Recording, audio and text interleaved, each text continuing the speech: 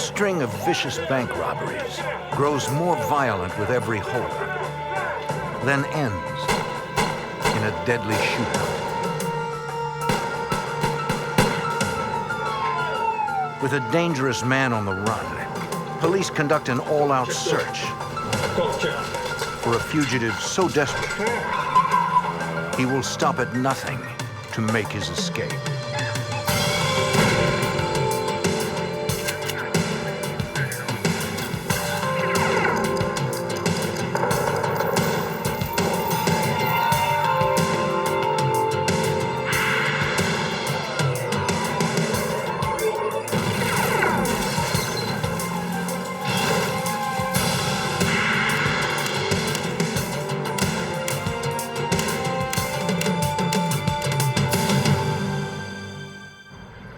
Two armed bank robbers hit a Seattle bank, taking over $150,000.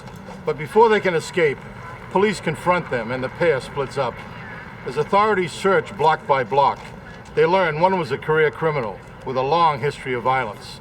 I'm Jim Kallstrom, former head of the FBI's New York office. The suspect was smart and desperate to stay free. Agents chased him through the Caribbean and across cyberspace, determined to put an end to his career.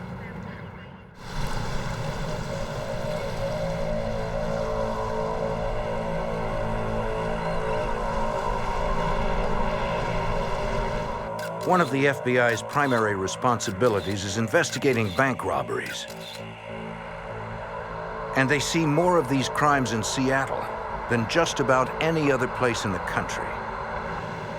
The FBI office there investigates every bank robbery in the state of Washington. Special Agent Mike Adams runs Seattle's robbery division. Over the last 5 or 6 years, we've averaged 300 bank robberies a year, primarily here in the Seattle or King County area. Bank robberies are a big problem here in this area. The FBI cites a high rate of drug addiction and the fact that Washington has a relatively large number of bank branches as reasons for this. The Seattle agents see two basic types of bank heists. Most are one-on-one robberies, when someone approaches a teller with a note and a quiet demand for cash. Not necessarily a robber who cares to draw attention to him or herself by being extremely vocal or attempting to take over the banking operations.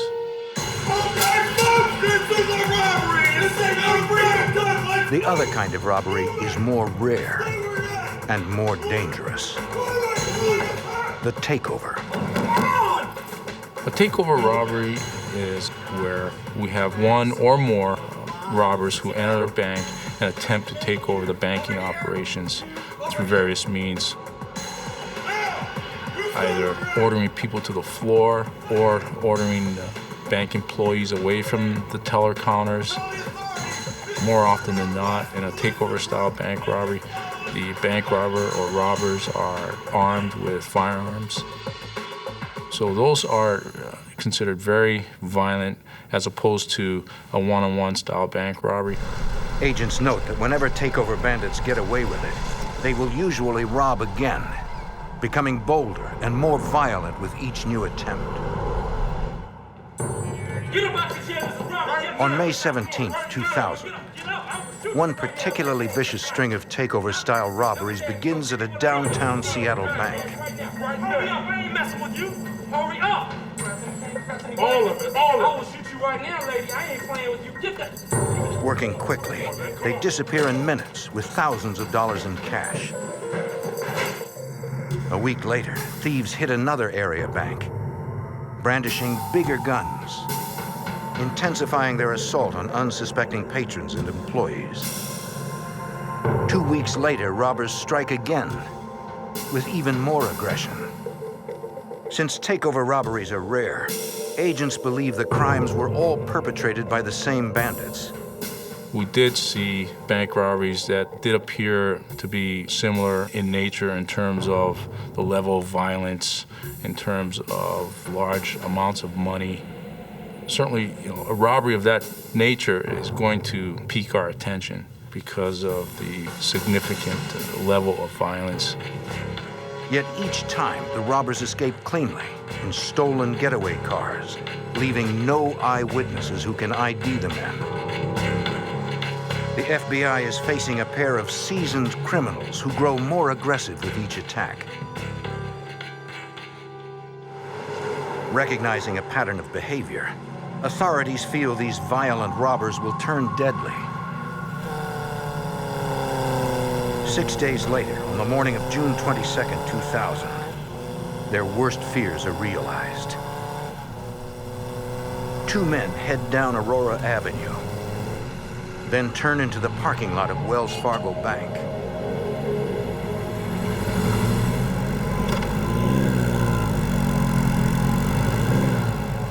The people inside have no idea what's coming.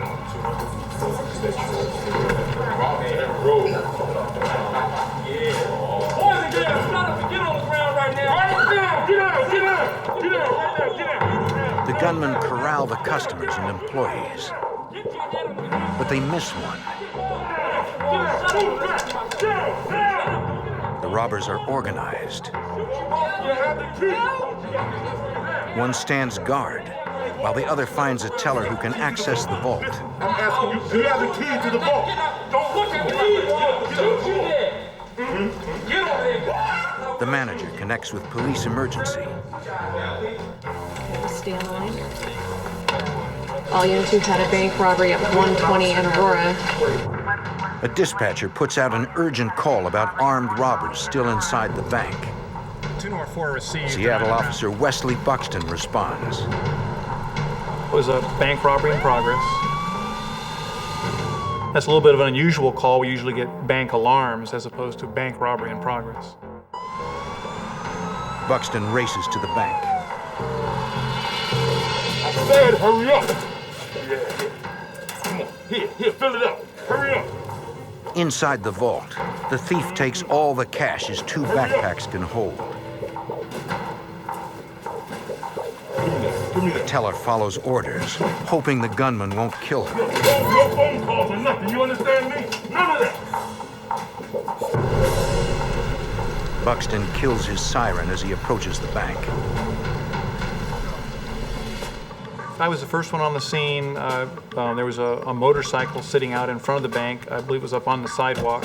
You really couldn't see in the bank.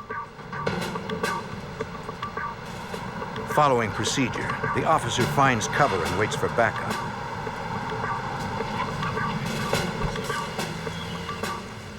Officer Rick Sprecher arrives and gets into position.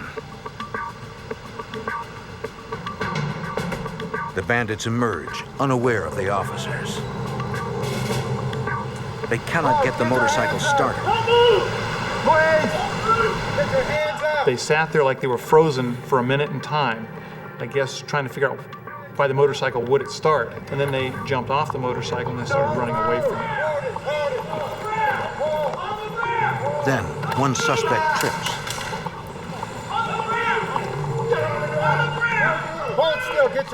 I had my gun on him and told him to stay down. Buxton stays with the first gunman.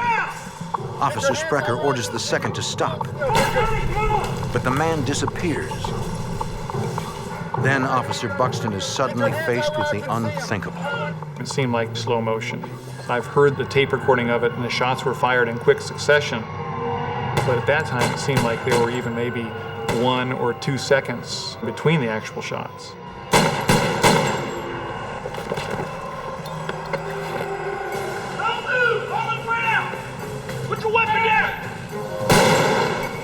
Sprecher returns fire, finally stopping the gunman.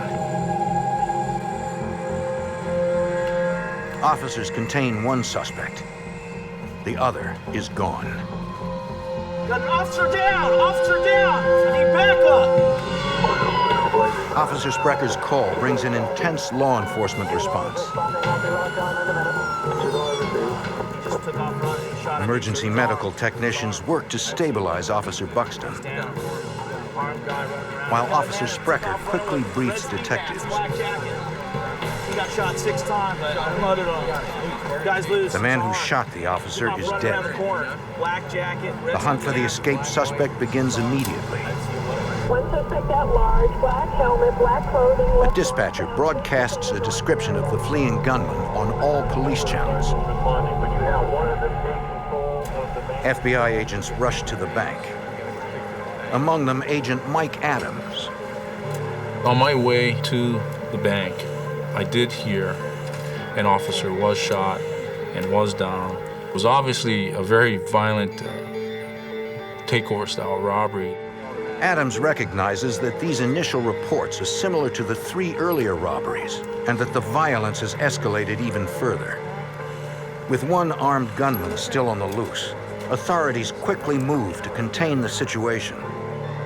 There were several people, bystanders, who were beginning to gather around. So Seattle police immediately took control of the scene because of the imminent danger and potential threat that still existed. The Seattle Police Department directs their homicide unit to the scene, including Detective Paul Seguro. Anytime there's officer-involved shooting where a Seattle police officer fires a weapon, we are called to investigate. All law enforcement agencies begin working together to develop a plan to find the escaped gunman. Seattle police form an emergency command post to coordinate the effort. Their assignment. Let's wrap it up right now. Take off, all right? Members of our SWAT team had already started a search of the inner perimeter area. Moving toward the general direction of the fleeing suspect, SWAT methodically searches every hiding space. They are careful, knowing that the gunman is desperate and could be anywhere. Let's go! We're right behind him, let's go! Concerned for public safety, law enforcement swarms the area. Roads are blocked, traffic rerouted. Detective Sergeant David Ritter. The bank robbery and subsequent police shooting led to a tremendous police presence in the area. We had dogs, we had the King County helicopter, the special weapons team. The SWAT team goes door to door, warning everyone in the business district. Anybody in here with me down the street? Businesses were shut down. We closed all the local businesses for the safety of the people because the suspect was still at large. Okay, you guys are right. Just do that, please. Thank you. After treating gunshot wounds in Officer Buxton's left arm and right shoulder, the emergency medical technicians take him to the hospital. Both wounds, the bullet went in and out, so it was just a matter of cleaning it up and make sure there wasn't anything that would cause any kind of infection. Special Agent Adams searches the downed bank robber for clues. I pulled out his identification, which said his name was Daniel Del Fiero. He was not someone that, known to the FBI at that time, but nonetheless, certainly a name for us to conduct further follow-up investigation. Investigators locate the .380 semi-automatic handgun used to shoot Buxton. In a belt pack, they find a .38 revolver. Agents also recover 2 backpacks full of cash. A lot of the money in there was still in shrink wrap, delivered from the Federal Reserve Bank. Later, the money found in both backpacks came up to well over $151,000. That is a lot of money, much more than is typically taken during a bank robbery. Police run the plates of the motorcycle and learn it will not help them ID the escaped suspect. The bike was stolen. FBI agents interview bank employees and customers, searching for clues that might help them locate the second gunman. But the robbers never used any names, and no one saw their faces. An evidence technician recovers a footprint left on the teller counter. But it is the only physical evidence investigators find at the scene. The heist was clean. Local police pull up the record of the dead robber, Daniel Del Fiero.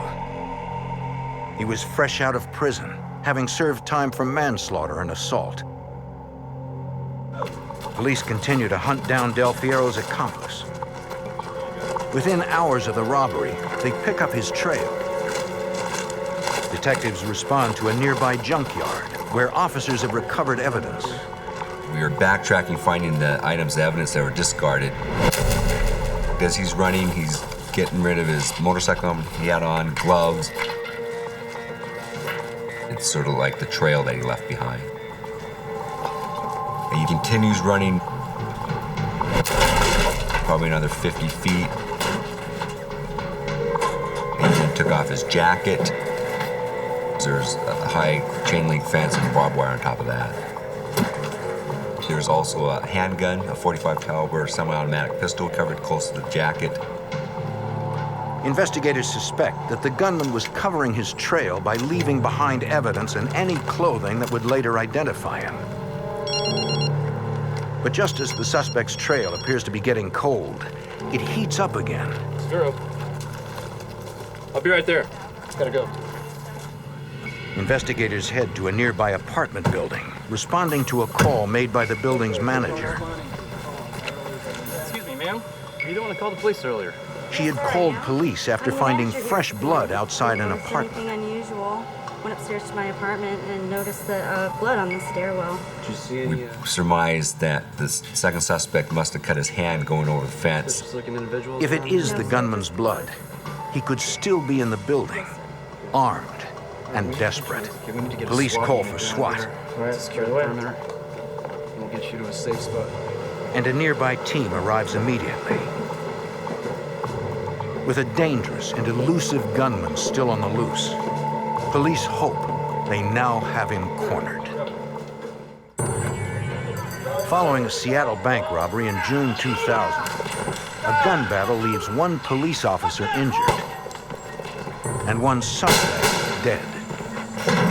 The second armed suspect flees on foot and disappears. Police follow a blood trail to a nearby apartment building. Thinking the gunman might be holed up there, a SWAT team checks the place, one hallway, one apartment at a time. Clear the top, come on! But they find nothing. Once the building is cleared, investigators secure a sample of the blood for later testing. Authorities pour every resource into the intense manhunt, according to Detective Sergeant David Ritter. Because of the seriousness of the robbery, every available officer that we could find was involved in this hunt for the second suspect. Police are cautious, knowing from experience that someone willing to shoot a cop is far more dangerous than the average criminal. FBI agents approach residents, asking them what they've seen and warning them about the fugitive. The suspect was obviously very dangerous, and the people in the immediate area were afraid. Tactical officers continue to check buildings, alleys, any place the suspect could hide. Clear, clear, let's go, next one. They instruct every business in a 15-block area to shut down and lock up. Okay, all right, thanks. In no time, authorities seal off one of Seattle's busiest shopping districts, bringing the entire area to a standstill. Investigators have identified the suspect killed during the shootout as Danny Del Fiero. He is the investigators' best lead for locating the second robber. King County Deputy Prosecutor Steve Fogg.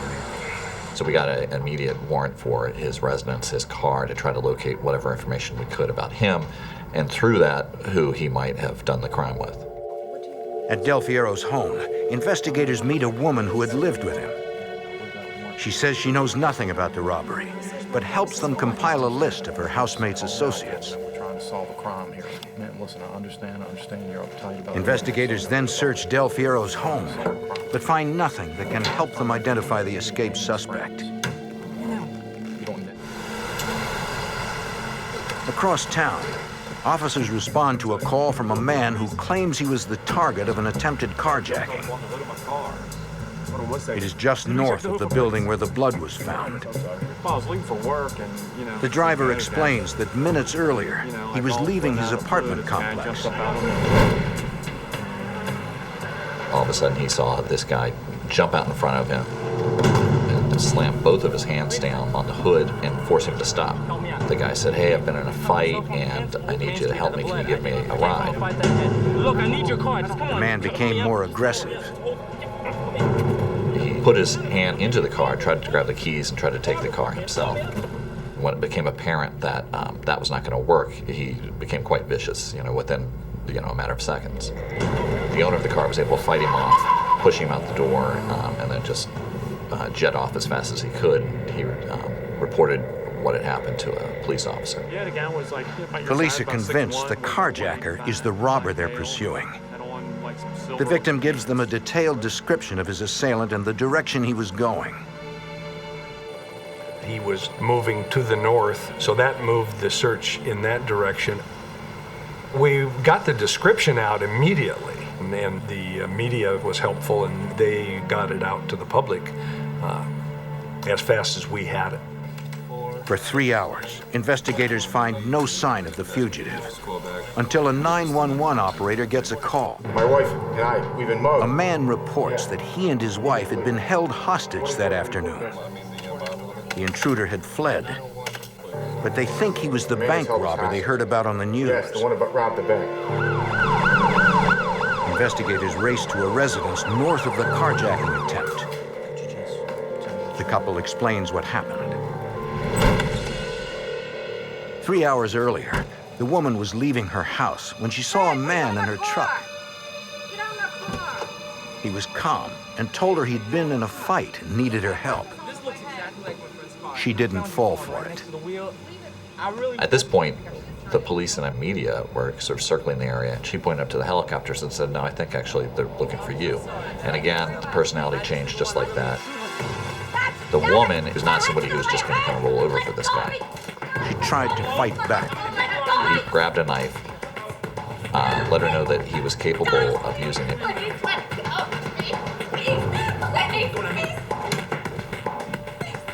He signaled to her that his own survival was at stake and he was going to be as brutal as he had to be. Where's the tape? Tell me right now, where's the tape? Do you have any rope? Don't move. As he searched for something with which to tie her up, her husband came home. Honey! Honey! Where are you? Hey! I'm home. Honey, what's going on? The husband then tried to intervene on behalf of his wife, and this guy punched him. Stop moving! Stop moving! Give me your hands! Give me your hands! At this point, they were just doing what they needed to do to survive, and so they said, I think they felt like if they were tied up, at least they wouldn't be shot or anything like that. The couple could hear the assailant making calls on his cell phone in another room. 2434 Campbell Road. Knock on the window, okay? Then he calmly got a beer from the refrigerator and began watching accounts of his own robbery on television. He seemed transfixed by live images of the extensive manhunt. About 2.5, 3 hours after they were tied up, there was a knock on the window, and he sort of ran out the door, and that was the last they ever saw of him. By the time police respond, it's clear the suspect has slipped through their dragnet. Once we interviewed the people in the house, then it was pretty obvious that he had gotten away. The intensive search ended when it was obvious that he had fled the scene and he had had some help from somebody else, probably a car. So the actual physical search of the area was pretty much stopped at that time. Investigators processed the entire house, collecting fingerprints and blood samples. They hope the evidence will help them identify a dangerous criminal. A man who will do anything to escape the law. An armed bank robber is on the run, following a deadly shootout in which police kill his partner. During his flight, the fugitive assaults a couple, then holds them hostage in their Seattle home, while he waits for a getaway driver to help him escape. FBI Special Agent Gary Shaneline knows this fugitive is especially dangerous. The nature of the act itself of bank robbery is very violent, but in trying to effect an escape, his partner and he were involved in the shooting of a police officer and also the taking hostage of innocent citizens. So the stakes in this particular case were definitely higher. Detective Paul Seguro begins canvassing the neighbors of the slain robber, Danny Del Fiero. One man tells Seguro he had seen television reports about the stolen motorcycle used in the robbery, and he recognized it. He saw Del Fiero with the motorcycle prior to the bank robbery taking place. The man tells Seguro he saw the bike on a tow truck.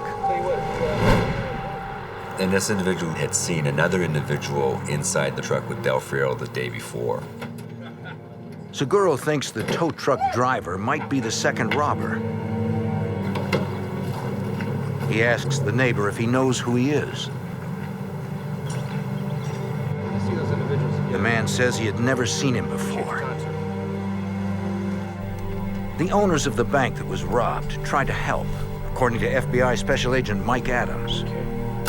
That very day, the bank came to us and wanted to offer a reward for information that would lead to the identity, arrest, and eventual conviction of the person or persons responsible for that armed bank robbery.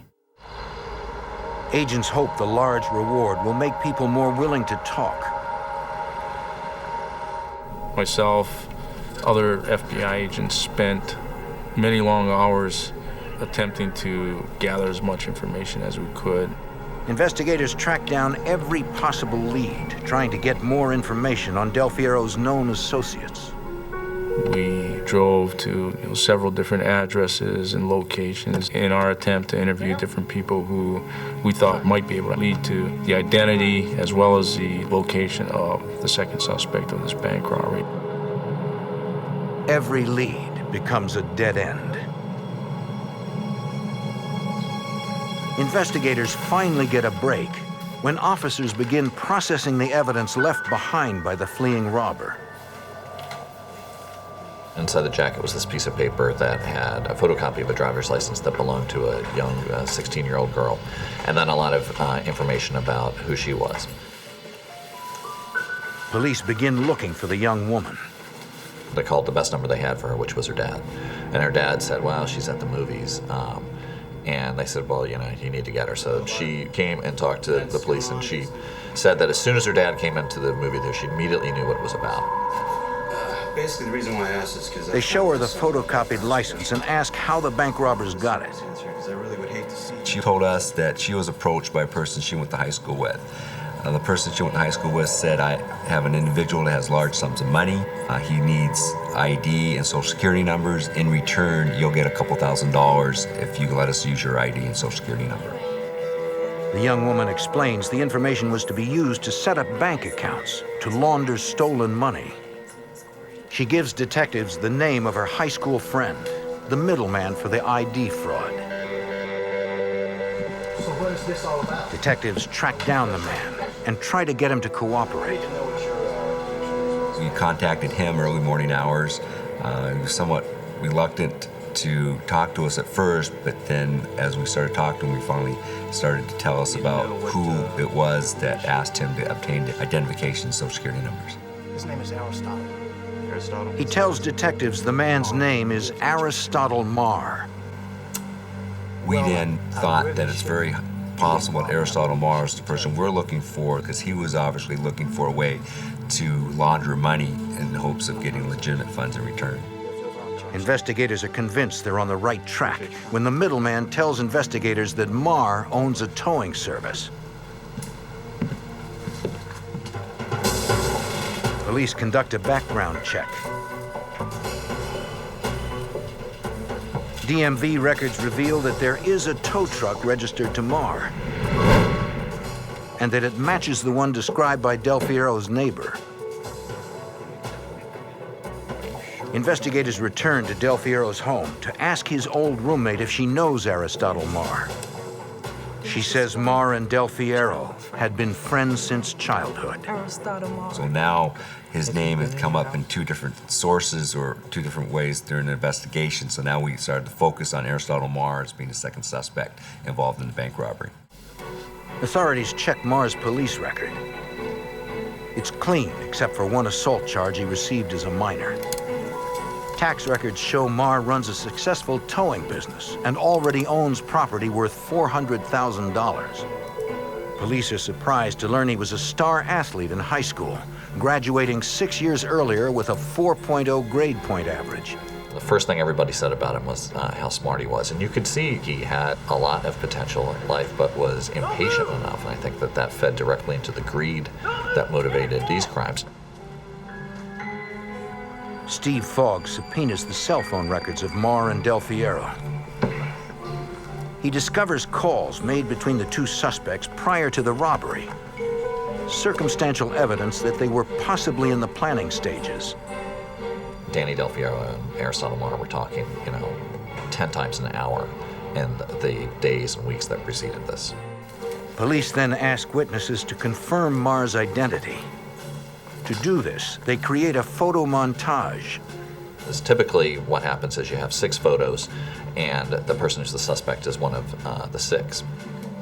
Here, the police put together a 12-person montage.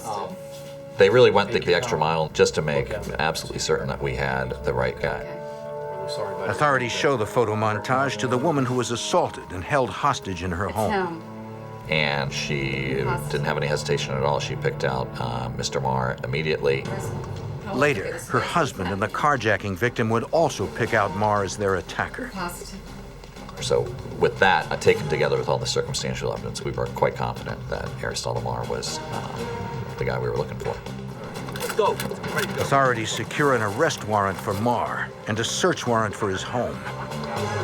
Knowing Mar's volatile tendencies, police prepare for what could be a violent confrontation.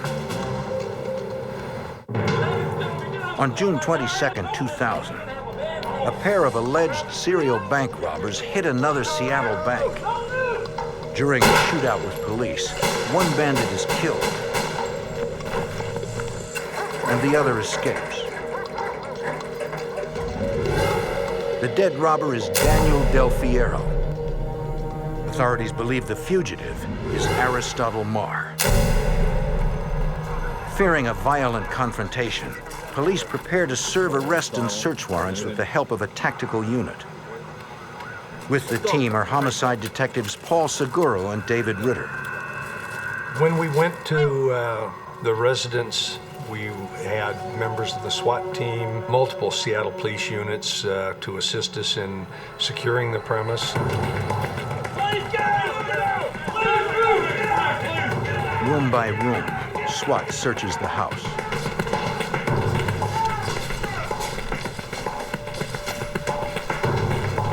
They find no sign of Mar.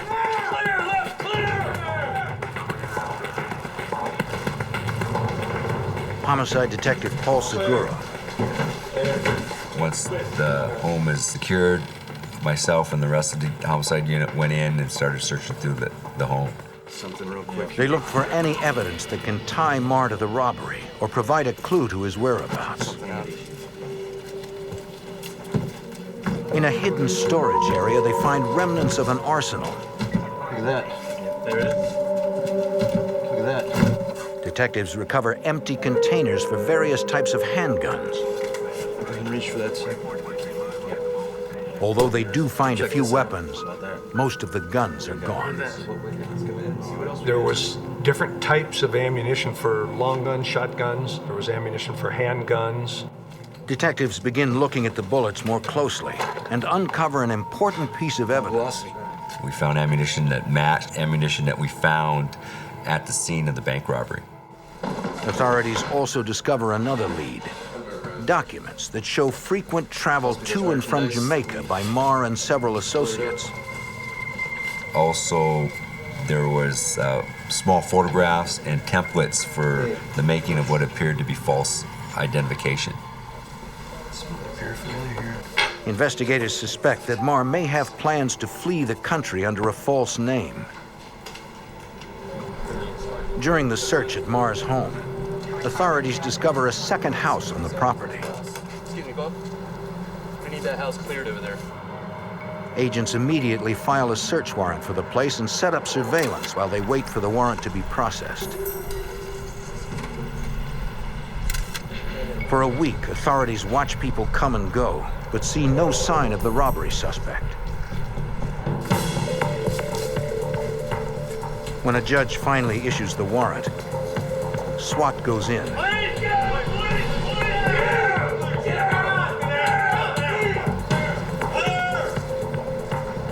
What they find spins the investigation in another direction. The building is a storage unit for stolen goods. We found numerous boxes, brand new appliances, riding lawnmowers that were brand new, refrigerators, numerous cellular phones, and just all kinds of items that were still intact, brand new, still in the box. Investigators find packing lists still attached to the items, indicating they came from local home improvement stores. It was obvious to us that Aristotle Marr was involved in a bigger criminal enterprise than just bank robberies. The items were large. There were appliances, there were pallets of windows, big things, stuff that somebody doesn't go in and shoplift. I mean, these were big items and showed that there had to be some pretty sophisticated means to obtain this property. It was obvious that we needed help from our burglary and theft people. They coordinated the recovery of the property. The Burglary and Theft Division work with representatives from the local stores to identify more than $100,000 worth of stolen goods. Representatives provided a big, large moving van, and all the items that were identified as being stolen or suspicious were then loaded in the back of the moving van and taken off property. Investigators suspect that Marr must have had help obtaining and selling the items. We believe a lot of the stolen property was sent to Jamaica. There just was some indication, some receipts, shipping receipts, etc., that showed a large amount of household goods going to Jamaica. Authorities intensify their search for the alleged crime ringleader, Aristotle Marr. The Seattle FBI's Fugitive Task Force takes the lead. Special Agent Gary Shainline. Well, we started with the fundamentals by contacting his family and associates in the hopes of finding that person that could give us the information that would lead to safe and swift apprehension. But every person agents interview claims no knowledge of Marr's whereabouts.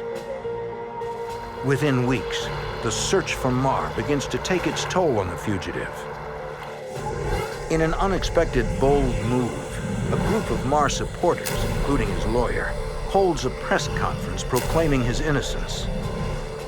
They charge police have falsely accused him because of his association with Daniel Del Fiero. Agents speak with lawyers about arranging surrender, but instead hear a preposterous claim. We tried to have him turn himself in a safe manner, in a controlled environment, and they said that he was, afraid that he was going to be, killed by the local police. Marr remains a fugitive. The FBI takes a new approach. They seek the help of a national television crime show, advertising a $25,000 reward for information leading to Marr's arrest.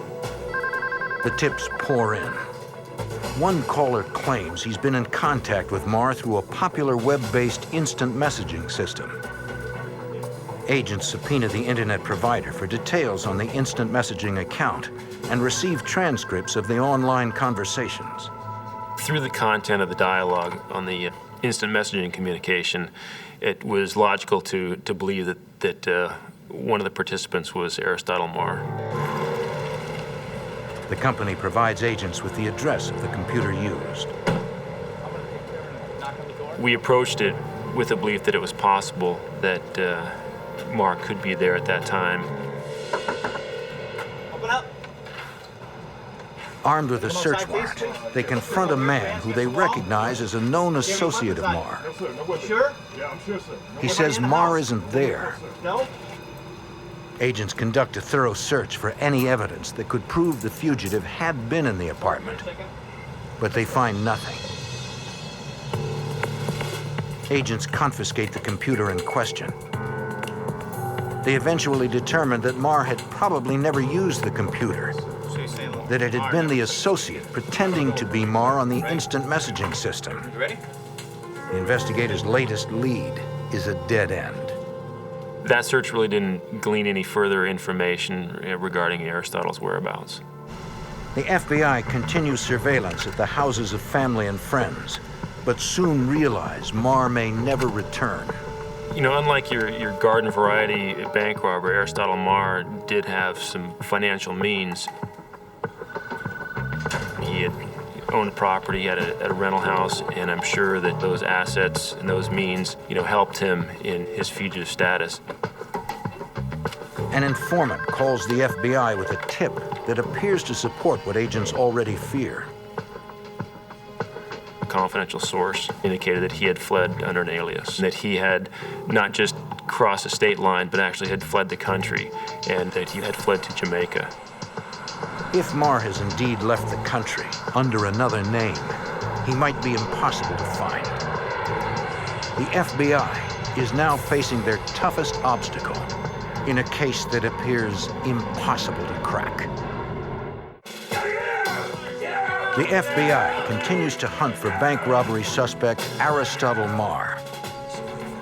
They believe he fled to Jamaica under an assumed name. But the FBI cannot simply go after him, according to Special Agent Gary Shainline.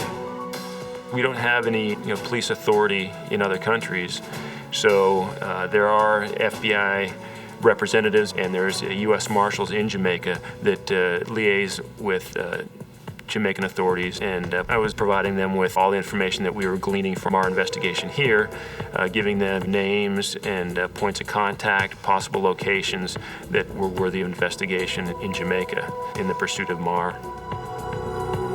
Investigating Marr's whereabouts in Jamaica is difficult. He's well connected on the island and has a lot of money to help him disappear.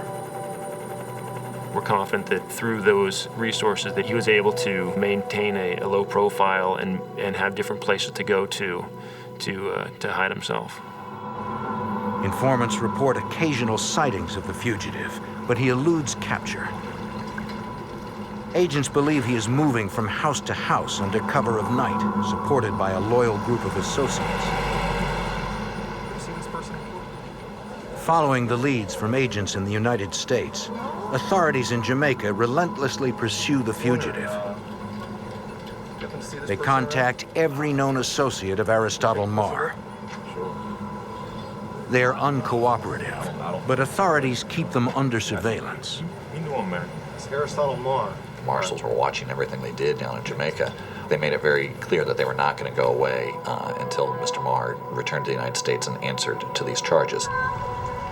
In Seattle, King County Deputy Prosecutor Steve Fogg decides to file several charges against the fugitive, based on the abundance of circumstantial evidence already in hand. We charged him with an array of counts that reflected the full nature of this crime spree. We charged him with robbery in the first degree with the firearm enhancement because he was armed when that happened. We charged him as an accomplice with Danny Del Fiero to the shooting of Officer Buxton. We charged him with attempt robbery too, which is a formal way of saying attempted carjacking. And then kidnappings because they were essentially kidnapped and held hostage in their own basement. Steve Fogg also suspects Marr is involved in an international theft ring, but decides not to press charges. Mr. Marr was already looking at so much time that the amount of additional time that would be added by, this theft ring would be negligible. I mean, you're talking about a year or two on a guy who's looking at, 30, 40, 50 years in prison. So we did not charge Mr. Marr for that. Authorities intensify their search for Marr. Seattle homicide detective David Ritter. We kept the pressure up. Give me a break. I mean, they felt our presence. They made several complaints that we were harassing them, but we weren't. We were conducting an investigation of a very violent crime, and we wanted to solve it. We wanted him in custody. It got the whole situation probably too hot for him. He wasn't having much fun anymore. After 7 months, the constant pressure pays off. On February 7th, 2001, Aristotle Marr shocks police, walking into the King County Jail with his lawyer. Just go up to the counter, put your hands where I can see them. Seattle Police Detective Paul Seguro had chased Marr from the beginning. Sergeant Christopher, this is Tebow down at the watch desk. Aristotle Marr just turned himself in. I was surprised that Aristotle Marr had actually took it upon himself to turn himself in. We tried to talk to Aristotle Marr, interview him about the robberies, where he'd been. He did not wish to talk about any aspects of the investigation at all. Authorities believe he has come back to take the pressure off his associates, and because he is sure the charges will never stick. He was quite confident, in fact, probably cocky, that this would be a case that he could beat in court. He could come back, beat this case, and kill two birds with one stone. At his arraignment, Marr pleads not guilty to all charges. One advantage that Mr. Marr had by fleeing was he could sit back and watch our case develop, and I had no doubt that he'd have an explanation for all the evidence, and we would have a real fight on our hands at trial. Marr's defense team knows that lab examiners have found his fingerprints on items dropped outside the bank, including the motorcycle helmet and a pair of gloves. They explain the prints by claiming Marr lent the items to Daniel Del Fiero, the suspect killed in the shootout. What Mr. Marr didn't know about, but we of course knew about, was this blood trail that had been left. I knew that the next step was to get an immediate sample of his blood, and I knew that that would definitely be the silver bullet if we were able to develop DNA information from the blood trail that was left. A judge orders Marr to submit the samples, which DNA experts compare to blood found at the apartment complex and inside the kidnapped couple's house and truck. The examiner reports a match. At that point, any concern we had about the outcome of that case definitely lifted, because it was clear that, taken together with all the other evidence that we already had, that this was a rock-solid case. Marr decides not to risk a jury trial and changes his plea to guilty. He is sentenced to 23 years in prison with no chance of parole. Seattle police officer Wesley Buxton, shot during his confrontation with Marr and Del Fiero, is relieved that Marr finally got what he deserved. I'm probably your typical police officer that feels that criminals should get much more than they actually get as far as the demands of justice. But I was fairly satisfied with the sentence. Special Agent Mike Adams.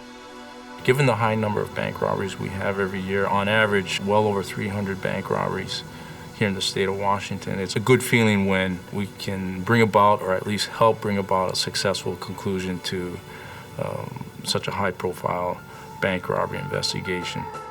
In the end, it was the combined efforts of the Seattle Police Department and the FBI that finally put Aristotle Marr out of business. In Las Vegas, fortunes are won and lost through games of chance, but some try to beat the odds with violence. A ruthless band of vicious thugs strikes several casinos, taking thousands of dollars, leaving a bloody trail in their wake. Local police and the FBI team up to identify and track down the deadly gunman, who will stop at nothing to avoid capture.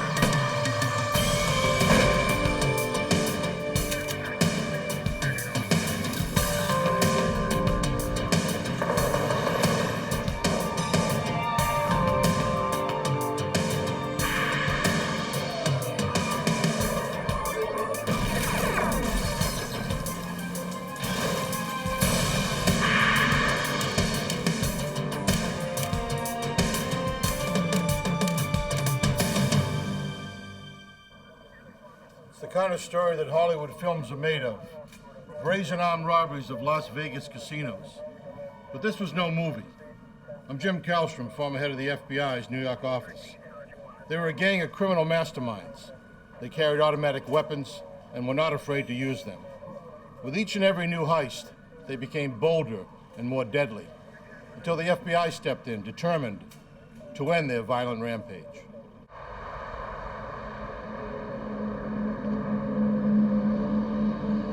Las Vegas, Nevada, September 20th, 1998. It is shortly before noon at the MGM Grand Hotel and Casino. Two armed couriers, escorted by an MGM security guard, transport the casino's money toward an exit where an armored truck awaits. Suddenly, two gunmen confront them. One grabs the courier's guns, then snatches 3 money pouches containing nearly $350,000 in cash. Then the men flee through a side exit. The guards call the Las Vegas police and the FBI.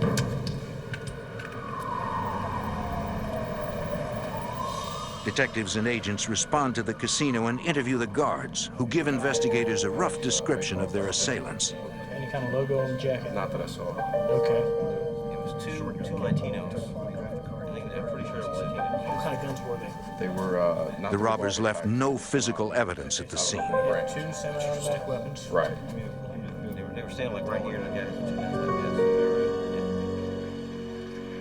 The MGM, like all Las Vegas casinos, has a vast network of security cameras. FBI agents review video of the crime.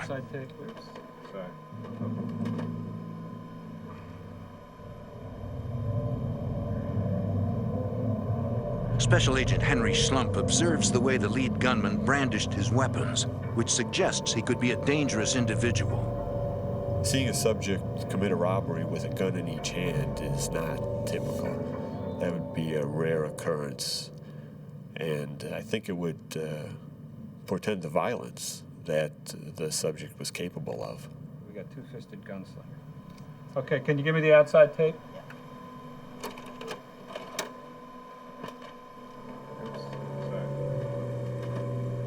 They go directly out to the sidewalk and down the street. Agents also watch footage captured by the hotel's exterior cameras, which reveals that the robbers fled across the street toward a neighboring hotel. Investigators go to the Hotel San Remo and review surveillance video from their exterior cameras. They see the robbers get into a pickup truck driven by a third man. Stop. But the video cannot provide a viable lead, according to FBI Special Agent Castle Nishimoto. The quality of the film wasn't as such that we could make out exactly the numbers on the plates. We had a few partials on the numbers, but we couldn't see the whole plate. We could only read the first 3 numbers, but we couldn't get the 3 alphabet letters after that.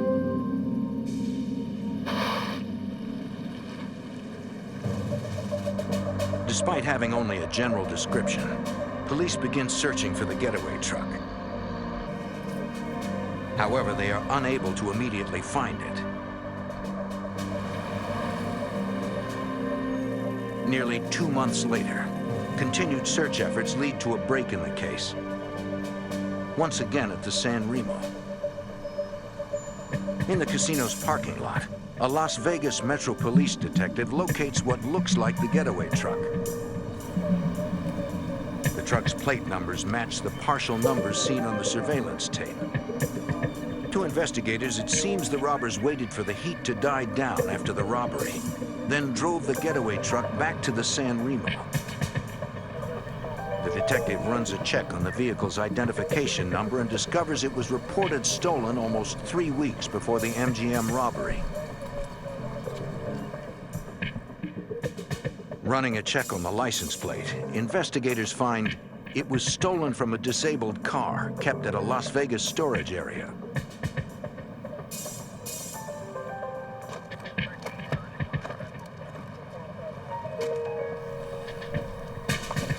Can I help you? Yes, sir.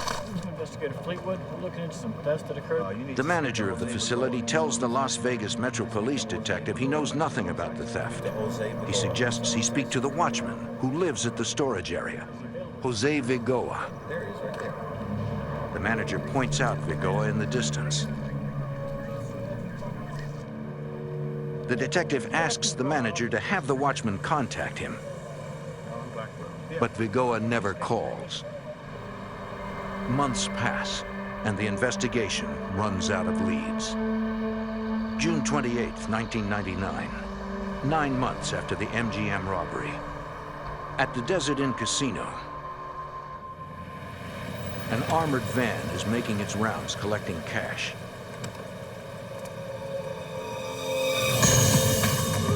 Two gunmen confront the guards. The guard inside the van is hit in the arm. His partner returns fire, but is hit 3 times in the leg.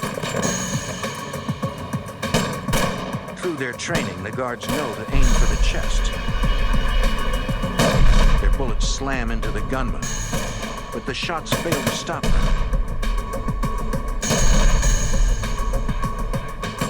They must be wearing body armor. The guard on the ground manages to get to the safety of the armored vehicle.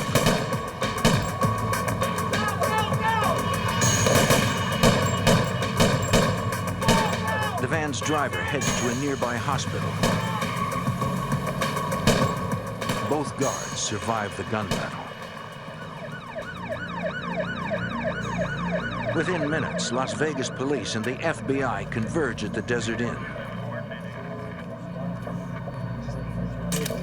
A casino employee tells investigators she saw the gunman flee the scene in a light-colored SUV, and police put out an alert. FBI Special Agent Richard Beasley studies the crime scene. My initial impression was that it was a very bold attempt to take an armored car. These guys weren't afraid to use the firepower that they had with them. There was a number of brass casings in one area and a number of brass casings in the other area where the armored car guards had shot their rounds. Agents believe that the gunmen who committed this attack were not the same ones who held up the MGM. The MO was not the same. In the investigators' experience, criminals rarely change their MO if it has worked in the past. FBI Special Agent Brett Shields. They were successful at MGM indoors, waiting for the guards indoor. The Desert Inn is outdoors, like they're trying to get the whole truck.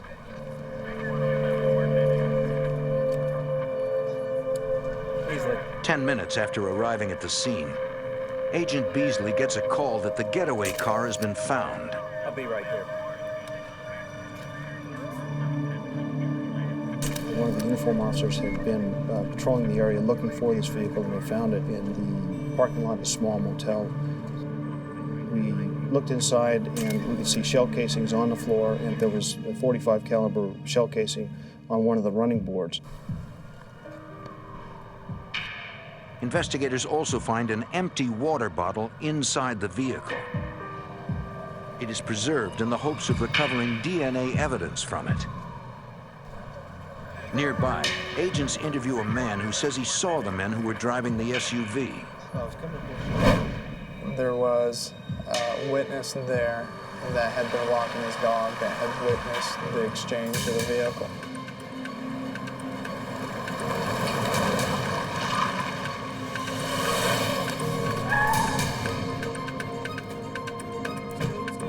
One robber goes to the back of a pickup truck, simply threw a bag in the back, made a loud noise, what we think is the guns.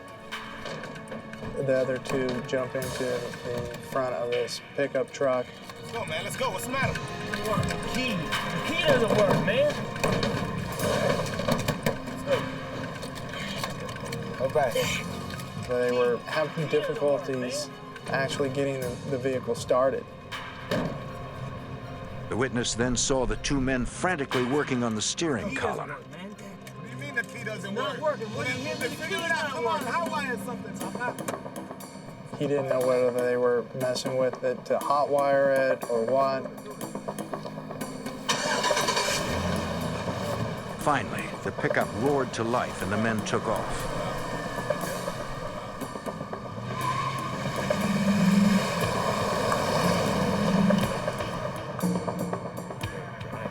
Agents wonder why the robbers had to hotwire their own getaway vehicle. Presumably, they had placed the truck there ahead of time. So why didn't they have the keys? That was strange to us. We couldn't understand why that would have taken place. Then agents notice a pickup of the same make and model parked nearby. We thought maybe because there were two vehicles that were, very similar, parked close together, they had jumped into the other vehicle, and of course their keys don't work, so they had to hotwire it. Agent Slump and I go back to the rear of this second pickup truck, and we notice that there's a license plate rubber banded over another license plate.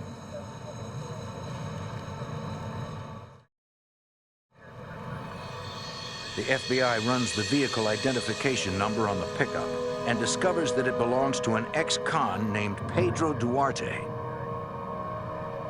The crime scene investigator finds fingerprints on the top license plate. Investigators run the prints and discover they belong to Duarte. This suggests that Duarte rubber-banded the stolen plate to his own pickup. At the request of FBI agents, the witness agrees to describe the three men he saw to a police artist. Investigators hope that composite sketches will aid in identifying suspects. The next day, investigators travel to Pedro Duarte's house to ask him about his truck.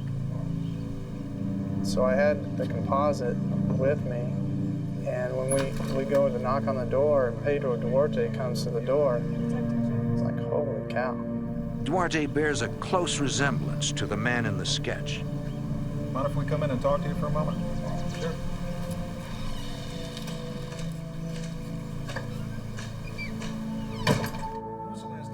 When asked about his truck, Duarte insists that it was stolen.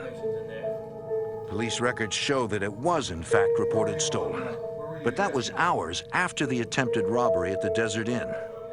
His story was that he and his wife had had personal problems, and so he went down just to walk the strip. So he had parked his vehicle and was just walking up and down the strip, and that he had fallen asleep on a bench. Duarte claims that when he woke up, his truck was gone.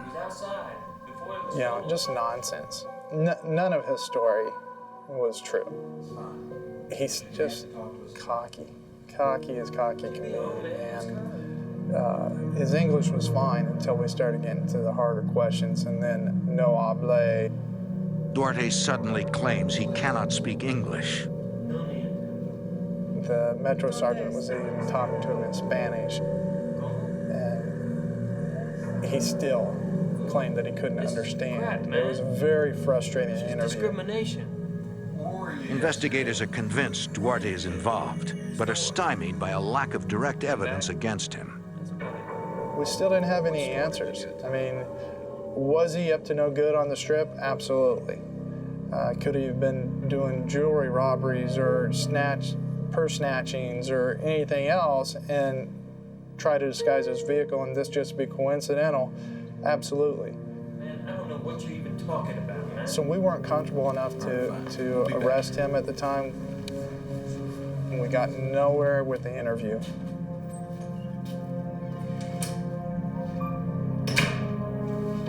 Hoping to get a positive identification on Duarte, Agent Shields shows a photo lineup to the only witness who has seen the faces of the Desert Inn robbers. I can't tell. And our witness did not pick him out of a photo lineup. So we had to go back to other means, trying to identify his associates, his money trail. Just kind of a full blitz on Duarte at that point.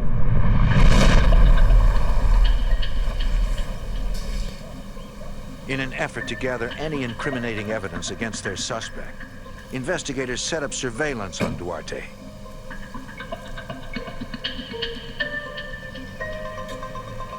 But after weeks of watching, they come up with nothing. The Mandalay Bay Casino, October 11th, 1999, 4 months after the attempted robbery at the Desert Inn. 2 armed couriers pick up $88,000 and transport it to their armored truck. Suddenly, 2 gunmen ambush them.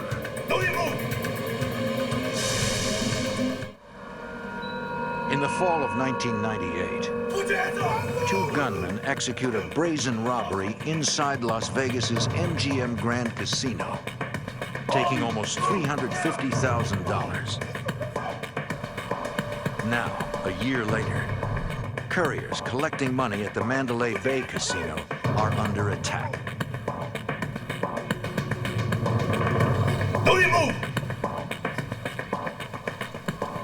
The robbers quickly disarm them and flee with $88,000 in cash. Let's go, let's go. At the FBI's Las Vegas field office, agents review the surveillance video of the robbery. Special Agent Brett Shields suspects that the gunman who robbed the MGM committed this robbery as well. When we saw the manner of how this robbery had taken place at Mandalay Bay, there was a lot of similarities. The way the approach was made, the way the weapons were held, weapons in both hands, arms extended, and it did trigger some thoughts that the MGM and the Mandalay Bay are connected. I've been working on this for a long time. Investigators pore over the case, searching for any clue that might have been missed. Special Agent Richard Beasley. Brett Shields and I were in the office. We were talking about the case, what we could do to develop additional leads, make sure all the leads that we had been covered. And I'm looking over his shoulder and I recognize the name on there.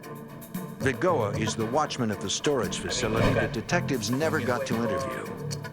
And at that time, it kind of lights went off for me that I told Agent Beasley, hey, if this is actually Jose Vigoa, then, you know, that's our guy.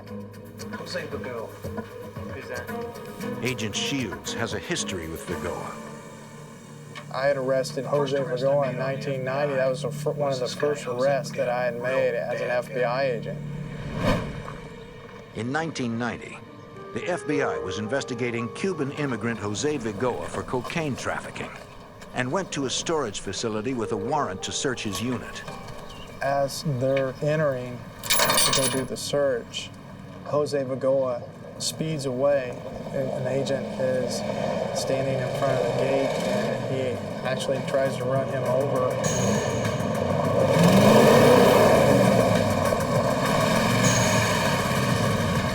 That's his personality, you know, that's just the type of person that he is, that he's not going to be taken by the police without a fight, and no respect for life or anybody but himself.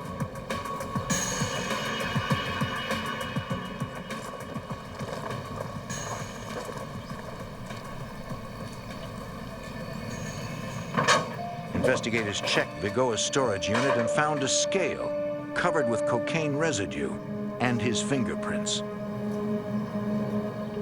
He was later convicted of drug trafficking and assaulting a federal officer. He served 6 years in prison for his crimes.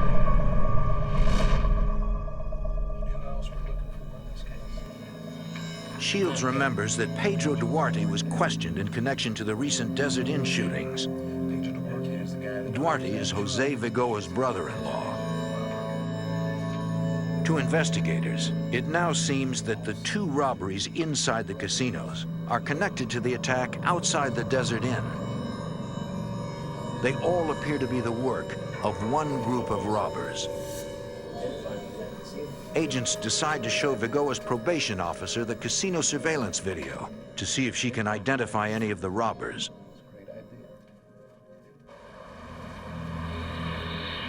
The next day at the FBI office, Vigoa's probation officer watches surveillance tapes of both the MGM and Mandalay Bay robberies. She says one of the gunmen resembles Vigoa, but can't make a positive ID. Disappointed but undeterred, agents put Vigoa under surveillance.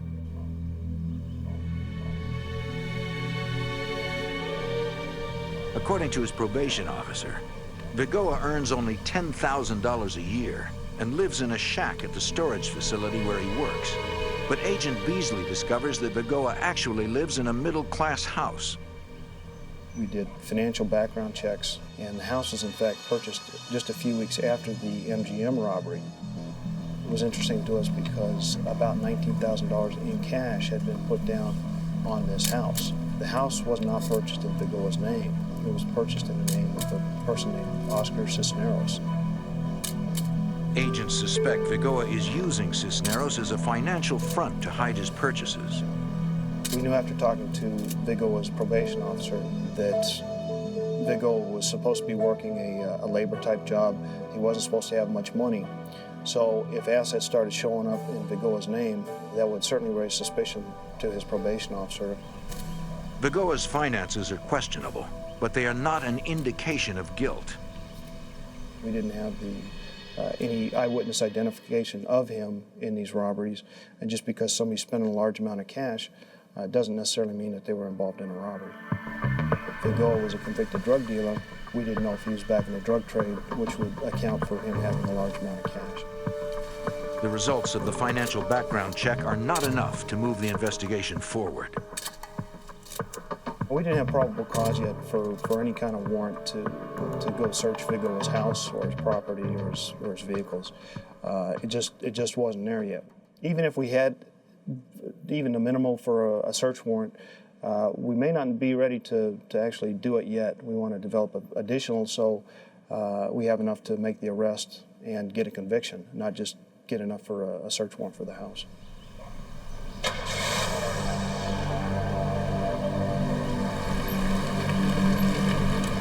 Agents continue to watch Vigoa.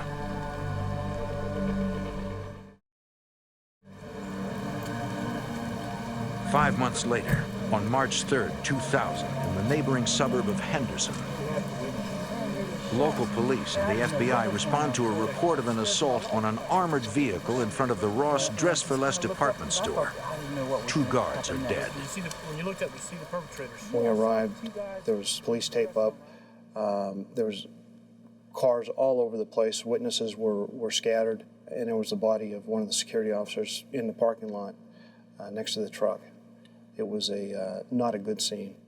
Investigators worked to determine the series of events that led to the two deaths. We started interviewing people in the parking lot, people in the surrounding businesses. A lot of people had heard the shots. Some people had seen the shots. Some people had seen the vehicle driving away. Everybody had a small piece to the puzzle that we were trying to put together. According to witnesses, around 11:15 a.m., an armored van parked in front of the department store.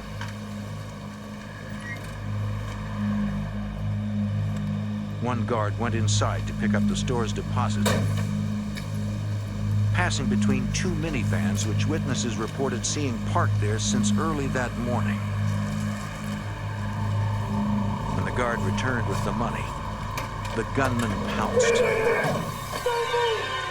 The courier drew his weapon and fired, hitting one gunman in the knee. But another gunman opened fire with an assault rifle. The guard died almost instantly. The gunman's fury was then leveled on the van's driver.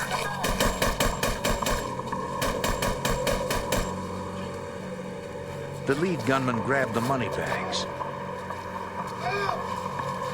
All three men made their escape in what witnesses described as a beige sedan.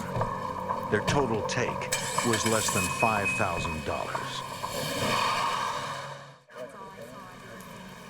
The amount of violence used in that crime was just incredible. The number of rounds that were fired and the brutal cold-bloodedness that these security officers were killed was just uncalled for. The details of the attack lead agents to believe this robbery was perpetrated by the same group they are currently investigating.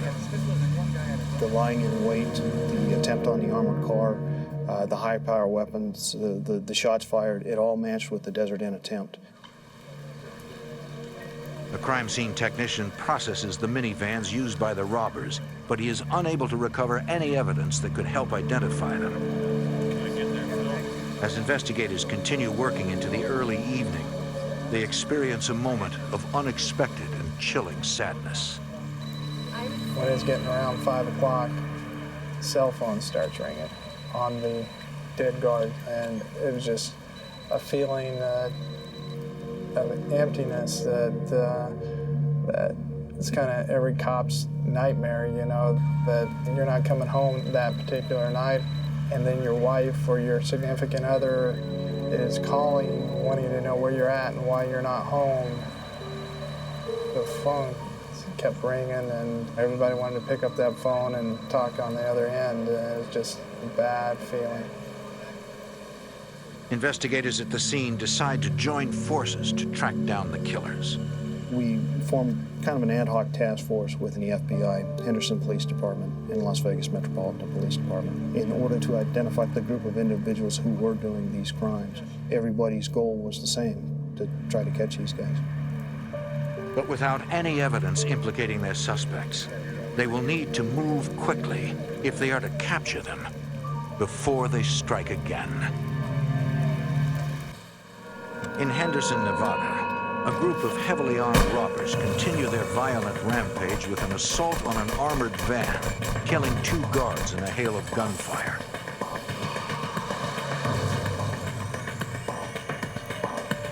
A few hours after the attack, police locate the robbers' abandoned getaway car in a parking lot.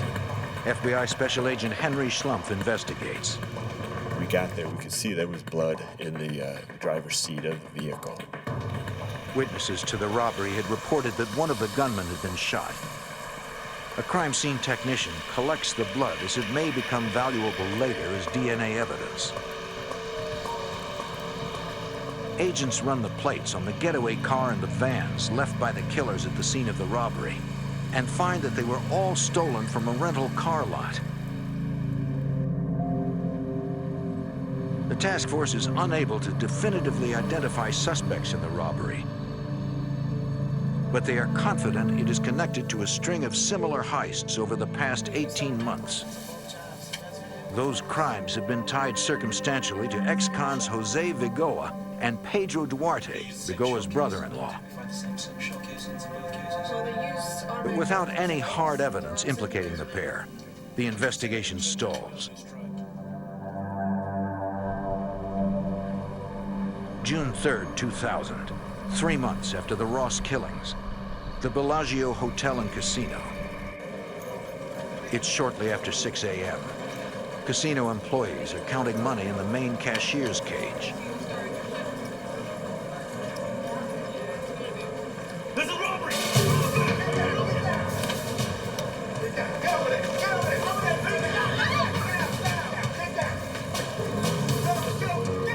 Gunmen force frightened employees into a corner and then clean out the money drawers. Don't move!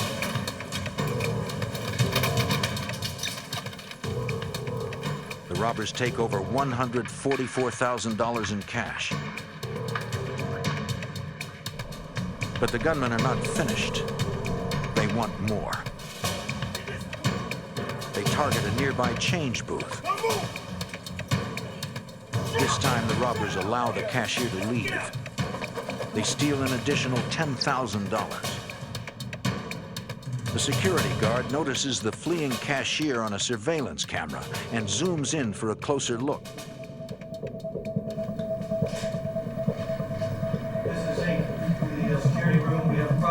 The guard alerts outside security as he watches the robbers flee the building through an emergency exit. There they are. The robbers jump into their getaway van and speed off with more than $150,000. They're unaware that Bellagio guards in an unmarked van are following them and alerting police. However, once the robbers realize they're being followed, they react with violence. One bullet strikes the security van's tire, ending the pursuit.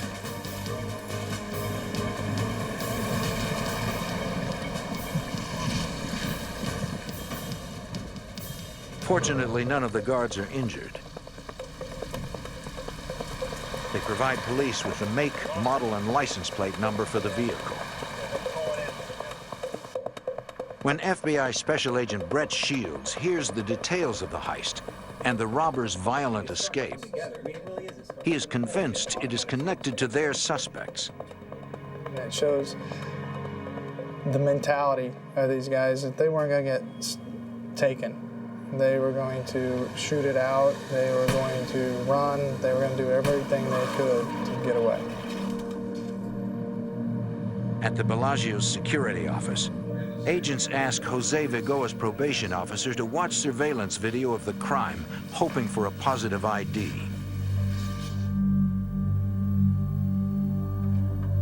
We showed the video, and she said, yeah, that was Jose Vigoa doing that robbery. Sure. I swear to it. This is the break agents need to bring in Vigoa. They obtain an arrest warrant, but they worry that this ruthless killer will not be taken down without a fight. In Las Vegas, the FBI has finally identified ex-con Jose Vigoa as the suspected leader of a violent band of robbers who has already killed 2 people.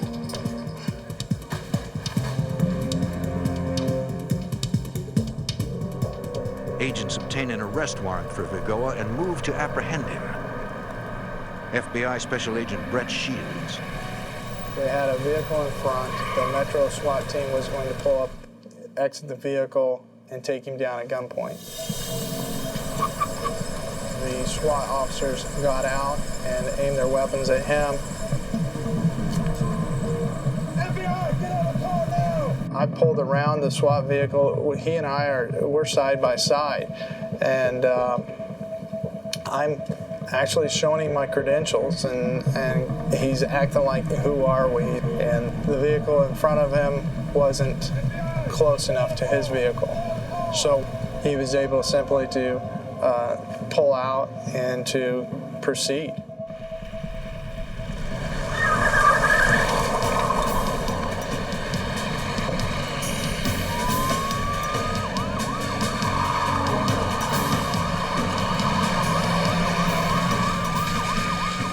Chase is extremely dangerous, reaching speeds in excess of 100 miles per hour.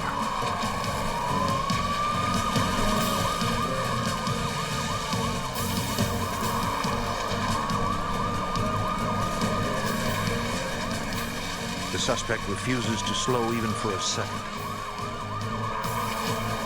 After a few miles, Vigoa loses control of his vehicle and hits a tree. He exits the vehicle and flees. He's gone. He's jumping over fences. He's going. Las Vegas SWAT officers chase after Vigoa while Agent Shields inspects the wrecked vehicle. To his surprise, he finds Vigoa's wife in the passenger seat.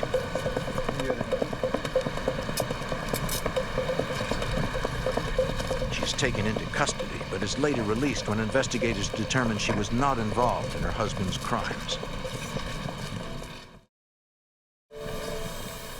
In the back seat, Agent Shields finds Vigoa's daughter.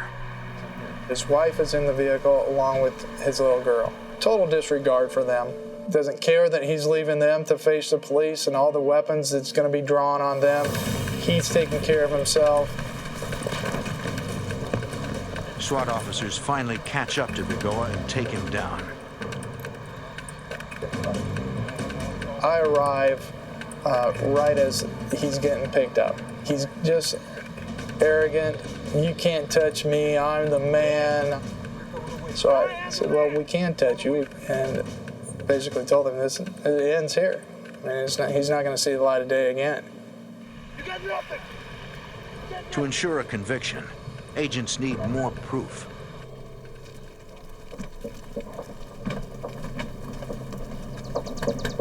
Police, open up! It's the police, open the door! Armed with a search warrant, they enter Vigoa's house and find nearly $100,000 in cash, but no evidence directly connecting him to any of the robberies. With Vigoa in custody, FBI Special Agent Richard Beasley moves in on Oscar Cisneros, Vigoa's financial frontman. We needed to talk with Cisneros about the assets that were in his name being used by Vigoa. We identified ourselves and told him that Jose Vigoa had just been arrested for the Bellagio robbery and that we needed to talk with him about his relationship with Vigoa and these robberies that have been happening in Las Vegas. I told him that we also wanted to search his house, and Oscar said, "That's fine. I'll talk with you, and you can search my house." Good, thanks. So right there on the hood of my car, he executed a consent to search form, which gave us his permission to search his house. Yeah, you can go ahead and come on in. Investigators search while Agent Beasley and a Henderson detective question Cisneros. Appreciate you bringing us in here. I wanted to ask you about this house and this guy. Look, I've known him for a long We time. talked with Oscar about his relationship with Vigoa, about the assets that had been put in Cisneros' name on behalf of Vigoa, and where the money had come from in order to purchase those assets. Cisneros told us that he was just doing a friend a favor. It wasn't his money, but he wanted to help his friend out. We asked him if he'd had any contact with Vigoa in the last several weeks. He said, yeah, Vigoa brought over some money a few days ago. He didn't know where the money was from, didn't know how much it was, and it was kind of in repayment for him being a good friend to put these assets in his name. Agent Beasley pressures him, but Cisneros says he knows nothing about any crimes. Again, he was very calm, collected. He claimed not to know anything about anything. He was just trying to work hard and pay his bills and support his family and just live a normal life. In the bedroom, investigators find a box full of cash. Suspicious, but not incriminating. A lot of hundreds, 50s, 5s, 10s. So, where did you get this from?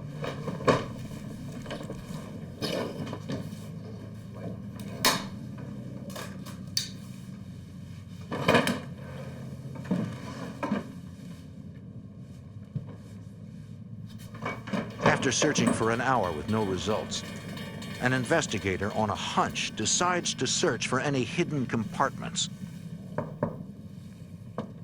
I've got something here.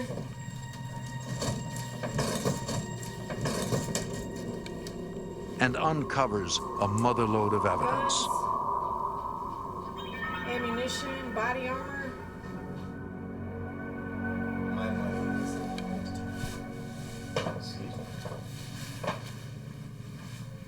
Agent Beasley talks with the searchers. And they said, Rich, we found it. We found a secret compartment in his closet. Appears to have everything in it that's going to be what we've been looking for. The agent needs to know if the items in the closet were used in the robberies.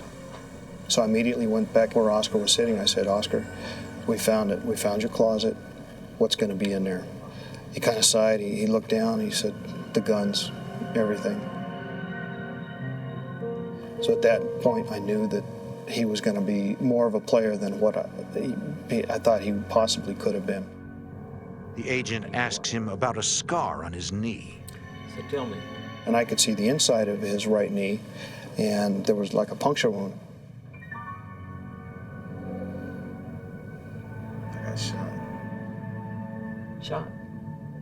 Where? At Ross. We were just ecstatic. We identified one of the people who had been shot at the Ross, and we were well on our way to solving that killing. All right. I How much time am I looking at? He started asking us what kind of penalty he was looking at, what kind of prison time. And we were very honest with him. We told him, you know, we couldn't tell exactly for sure what he was looking at, but it could very well be the death penalty because of the murders with the aggravated robbery, and he continued to ask us more about the potential penalties. Why do you need the death penalty? I could always put in a good word for you. But I mean, you know, you're going to have to help us out here. All right, look. Eventually he confessed to the Ross killings, the Desert Inn attempted armored car robbery, the MGM robbery, the Mandalay Bay robbery, the Bellagio robbery. Okay, the lead guy is Jose Vigoa. That's the lead guy. Based on Oscar's confession, we learned that Vigoa was the ringleader. He was the one who was organizing everything, deciding which hits to do.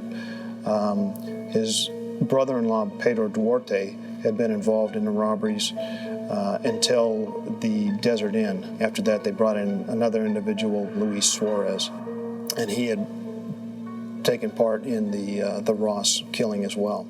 I think Cisneros eventually confessed to us because he truly had remorse about what had happened, not so much with the robberies, but with the killing of the armored car guards. As Cisneros continues to confess, investigators process the evidence in the bedroom. They were taking each piece out, cataloging it, making sure that nothing was disturbed as far as fingerprints or DNA type evidence.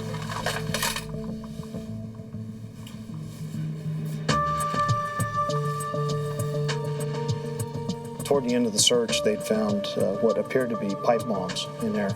They were 4-inch black PVC type pipes with some type of circuit board attached to them. Investigators confront Cisneros about the bombs, asking if they are real. And Oscar said, no, not really. Didn't really give us a warm feeling that we could rely on what he was telling us.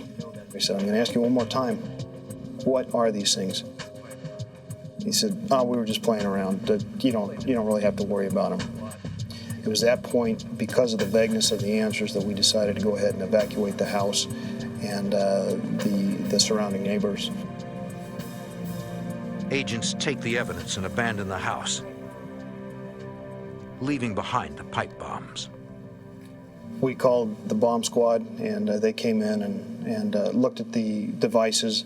They couldn't x-ray them because they were black PVC, and so they made the decision to go ahead and just explode them right there in the bedroom. Based on Cisneros' confession, investigators arrest Pedro Duarte for being the getaway driver at the Desert Inn. Pedro Duarte, warrant for your arrest. Going off this wall.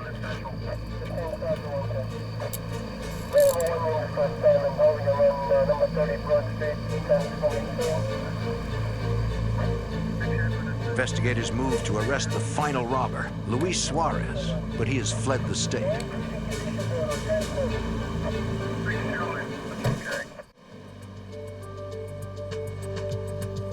Ballistics experts test the weapons found at Cisneros' house and match them to bullets and shell casings from the Ross killings and the Desert Inn shooting. Experts also find critical evidence against Vigoa. We found Vigoa's fingerprint on one of the bullets inside one of the magazines that was in Cisneros' closet. Prosecutors hold Oscar Cisneros at the Clark County Detention Center and intend to use his testimony at trial against the other robbers. We felt like it was a pretty tight package. We had Cisneros' confession, we had all the physical evidence for the guns and the money and the clothing that we found in the closet. So we felt like it was coming together very well. But one event would put the entire case in jeopardy.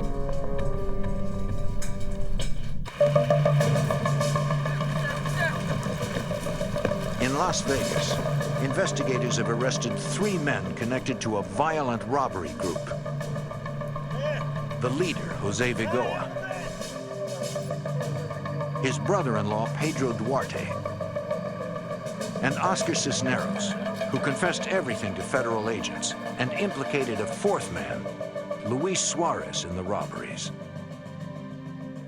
But on October 7th, 2000, The case weakens when Cisneros hangs himself in his cell. FBI Special Agent Richard Beasley. We learned later from the officers who investigated the suicide at the detention center that Vigoa had been sending messages up to Cisneros to do the right thing. I think that Cisneros didn't want to put his family through any more problems, and he just didn't want to deal with it, so he took the easy way out and killed himself. When Cisneros dies, his confession dies with him, since it would be inadmissible in court. The prosecution team turns to forensic science to tie the other robbers to the crime.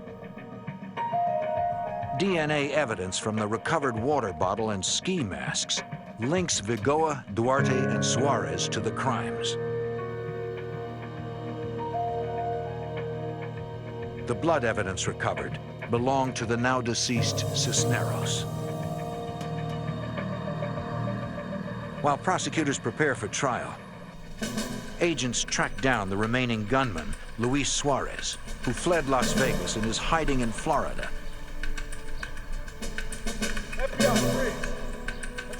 FBI Special Agent Brett Shields. We went down to Florida, discredited all his alibis, and then he was ultimately arrested for this crime. In the fall of 2003, 5 years after their spree of robbery and murder began, Suarez, Duarte, and Vigoa go to trial in Las Vegas. Luis Suarez plea bargains to 1 count of armed robbery and receives a sentence of 6 to 15 years. Pedro Duarte takes his chances at trial and is convicted of 2 counts of attempted murder and other charges. He is sentenced to 16 to 70 years. In order to avoid the death penalty, Jose Vigoa pleads guilty to 2 counts of first-degree murder and 44 other charges. He is sentenced to life in prison without the possibility of parole. It took the combined efforts of 3 law enforcement agencies to bring this vicious gang of robbers to justice. This case was solved not by the FBI, but by the cooperation between the FBI, Henderson Police Department, and Las Vegas Metropolitan Police Department. It was just a great feeling to be able to wrap up a case like this.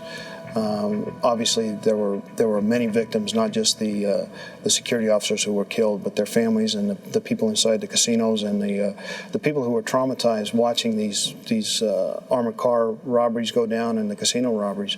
There's a lot of people really shook up over this, and to take these guys out of the mix was a very good feeling. And the next time someone threatens the safety of the citizens of Las Vegas, local police and the FBI will be there to stop them. A prominent couple, respected in the community, are stabbed to death in their own home. Nothing about the case makes sense. Not the crime scene, the motive, or even the forensic evidence. Stabbing is a personal crime. There's often a relationship between the victim and the killer. A task force of agents and police quickly learn nothing about this case is usual.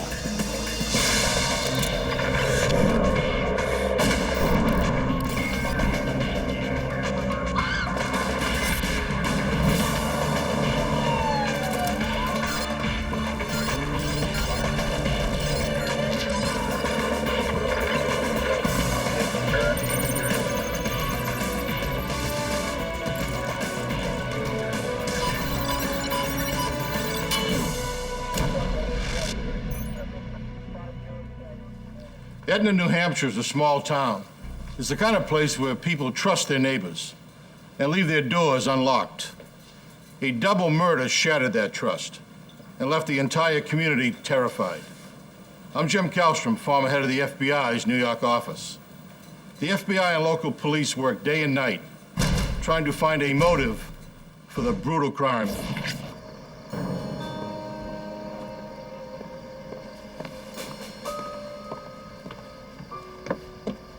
January 27th, 2001, Etna, Vermont. Hello? At 6:30 p.m., Carol Johnson stops by the home of her friends Suzanne and Half Zantop. Carol's supposed to have dinner with the couple. Suzanne? It's not like them to forget a dinner engagement. I'm here. Anybody home? In the study, she makes a gruesome discovery. The room is in shambles. The friends are on the floor. Blood is everywhere.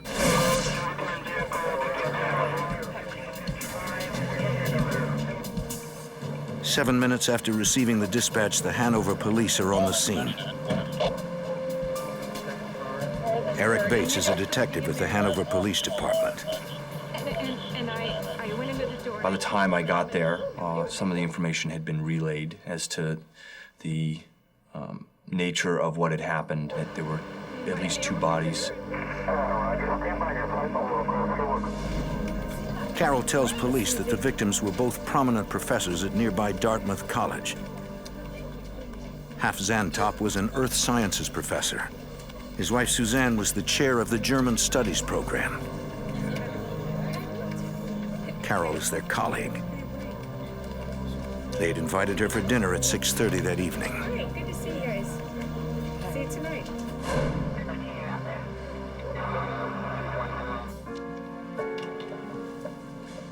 The Zantop house was extremely neat, orderly, clean. Nothing was out of place.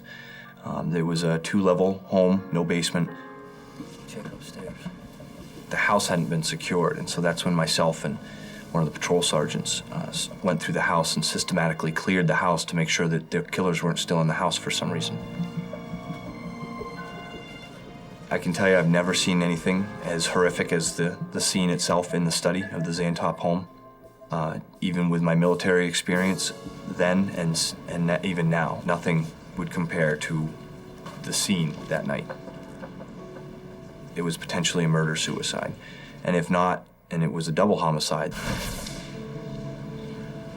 it appeared to me as though they were preparing a light meal. It was my impression that they were actually preparing a lunch and not a dinner.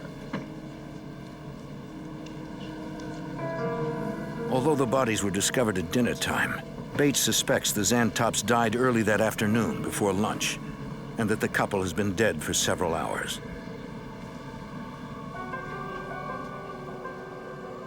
There were so many valuables in that house that we wouldn't have even begun to know what was missing. We discovered some blood droppings and a bloody boot print, what appeared to be a boot print anyway, on the floor. It was right next to the Zantop's fireplace, and it's a wood fireplace. Bates' first concern is to preserve the evidence. The closest thing that was nearby was some kindling wood, some small kindling. So I basically cordoned off each blood dropping or footprint that I could find in hopes that later they could be analyzed. The Hanover Police is a small-town department. They have limited resources. They'll need all the help they can get if they're going to solve this terrifying and puzzling crime. Because of the size of the Hanover PD, the Major Crimes Unit of the New Hampshire State Police comes in to investigate the murder. We're one of the few departments that have a full-time homicide unit. Sergeant Mark Mudgett is the lead investigator with the Major Crimes Unit of the New Hampshire State Police. Sergeant Mudgett, we have probably a lot more experience than a lot of the local departments in being able to handle investigations of this magnitude. All right, guys, here's the... The investigators analyze the study, the primary crime scene. As you look at the crime scene, if you're patient enough and you're willing to look, stop, and listen and take in all that information, positioning of the bodies, the physical evidence located inside that room, if you listen, that body will speak to you. It will tell you what happened. It will give you clues as to how it happened. It will tell you potentially who may have committed this particular crime.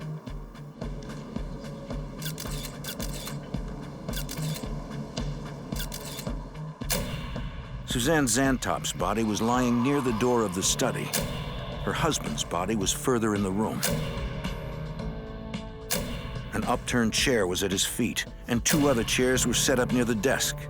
It looked like a conversation had taken place in the room.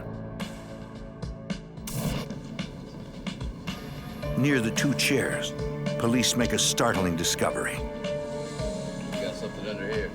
As we started to process the inside of the study area, we immediately came across 2 black tactical-style knife sheaths. These knife sheaths were approximately 9 to 10 inches in length. Both of them were identical. Police assume the missing knives were used to kill the Zantops. They could be the murder weapons, and 2 murder weapons could mean 2 killers. In the living room, they follow the blood trail leading from the study to the front door. Tom Pfeiffer is the director of the New Hampshire State Police Forensic Laboratory. He is relieved to see that the blood evidence has been carefully preserved.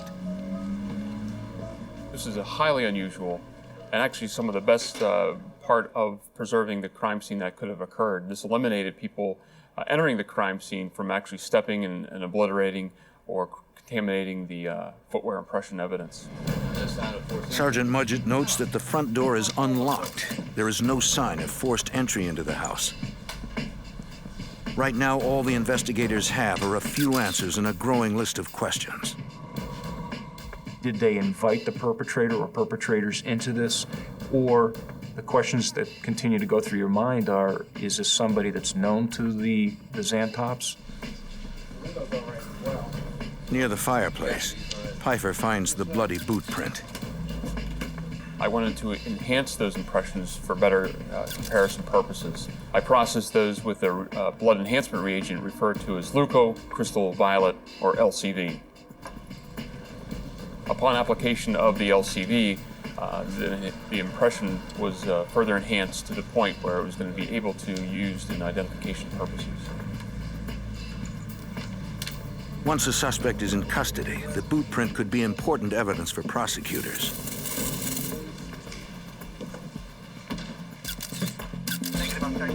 In 2001, Mike Delaney was the Assistant Attorney General for the Homicide Unit of the New Hampshire Attorney General's Office. In New Hampshire, anytime a suspicious death is discovered, there's an immediate notification to prosecutors who are immediately dispatched to the scene to help the investigators with the case. In this case, our victims were loved and esteemed professors from an Ivy League college campus, and that made this case very unique. It was clear that the level of violence that had been inflicted on the Zantops was over and above anything that was necessary for the purpose of carrying out a crime, including a potential killing. In that regard, it had the hallmarks of a crime of passion, of somebody that acted out with a level of violence that was personal in nature. In addition to the unlocked door, the extreme violence of the murders, it appears to be what investigators call overkill, is more evidence that the Zantops might have known their killers. If the killers knew their victims, then police are looking for someone who hated the Zantops enough to brutally stab them to death. Whoever committed this crime is a cold-blooded killer and must be stopped. But police must find them first. To do that, they need a motive, something to explain this heinous crime. In Etna, Vermont, 2 prominent professors are murdered, stabbed to death in their own home.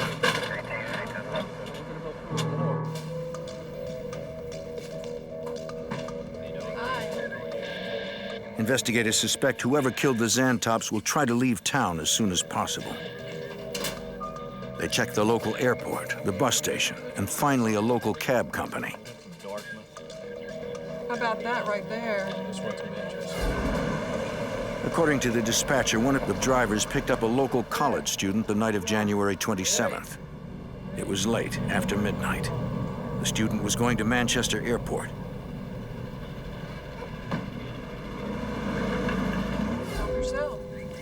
Investigators quickly established the student flew home due to a family emergency.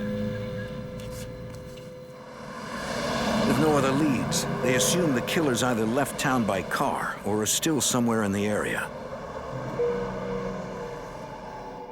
By morning, the double homicide is headline news. The Zantops were prominent citizens.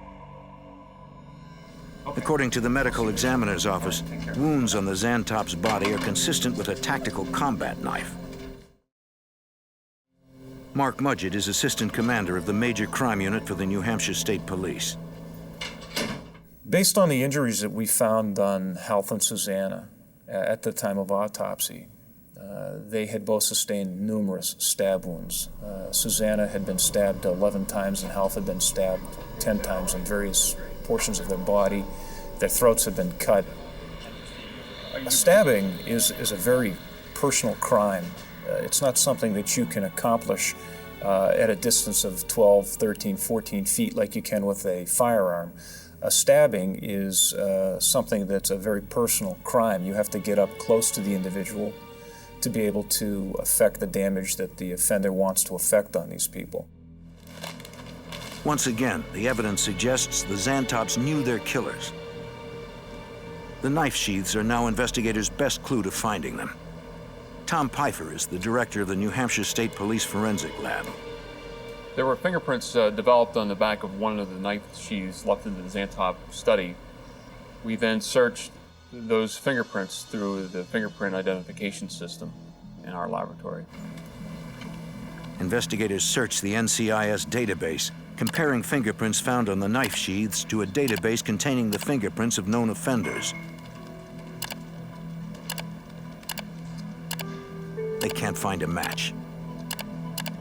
The fact that we did not receive a match back from the fingerprint search leads us to several different conclusions. One, the person is not in the database, which means they haven't been arrested.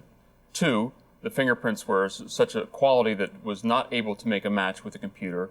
Or three, the person could have been arrested, however, the fingerprints, for some reason or another, did not make it into the database. Police turned to their next best clue, a bloody boot print found at the scene. We had to collect all the footwear evidence from everyone that entered the scene. There were about 14 pairs of footwear of personnel that had been into the crime scene. We collected all those pieces of footwear from the neighbors to the EMTs to the medical examiner to our own Attorney General's office. Good impression of that. Great impression. The forensics lab is able to eliminate all 14 pairs of footwear. Pfeiffer suspects the boot print belongs to one of the killers. I scanned a photograph of this particular footwear impression at the crime scene, emailed that image down to the FBI laboratory in their footwear section, asked them to do a search of their database that contains thousands of outsole pattern designs. The FBI lab tells Pfeiffer that the footwear impression was made by an upscale brand of hiking boots.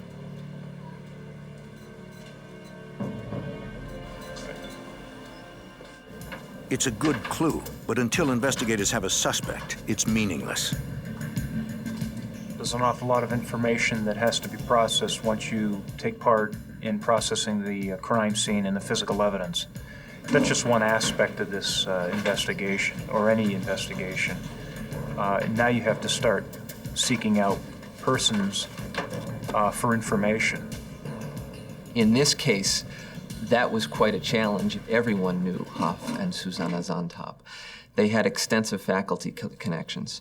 They had hundreds of students that were in classes with them. Investigators head to the college where the Zantops worked to learn all they can about their victims.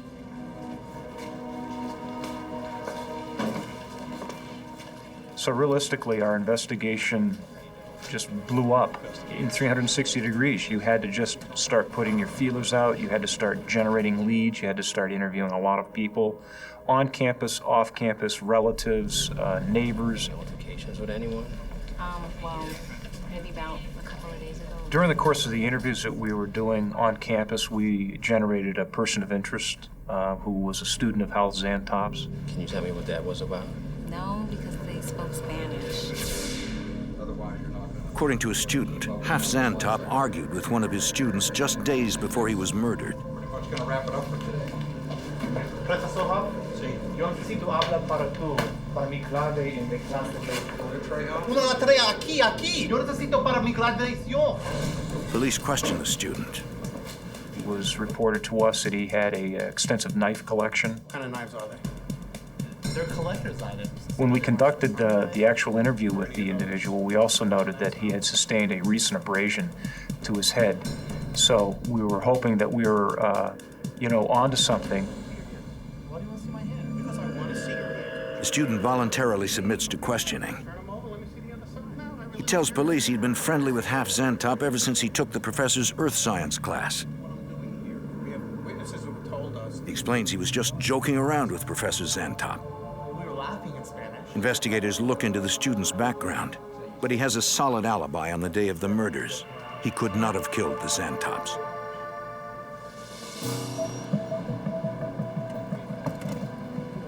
Police also investigate the Zantops' relationships with their colleagues. Popular professors on the campus. On campus, they learn that Half Zantop had recently been given a position instead of another professor. Recently, in the last. We had to travel out to where the gentleman lived in the western part of the United States to interview him because he had come and gone from the Hanover area out about the time that the homicide had occurred or shortly thereafter. The professor's car is impounded. There appear to be bloodstains in the trunk. Analysis reveals that the stains are not blood. According to the owner of the vehicle, they were made by stew that spilled in the trunk.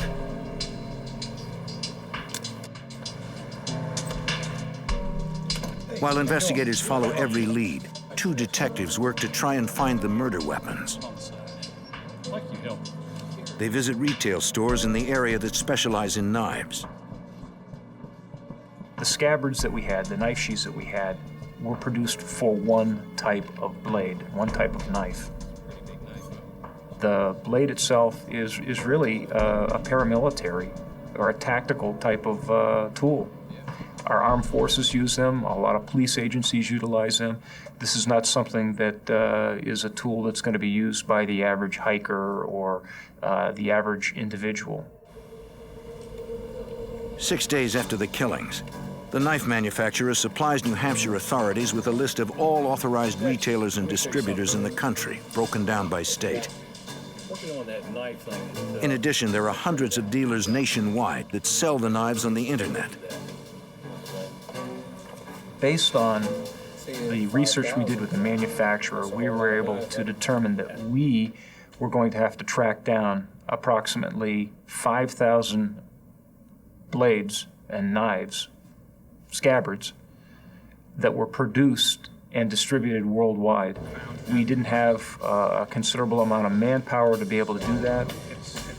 The investigators need help and call in the FBI. At the time, Brian Fitzell was a special agent assigned to the Bedford, New Hampshire resident agency of the FBI. Just give me the FBI office.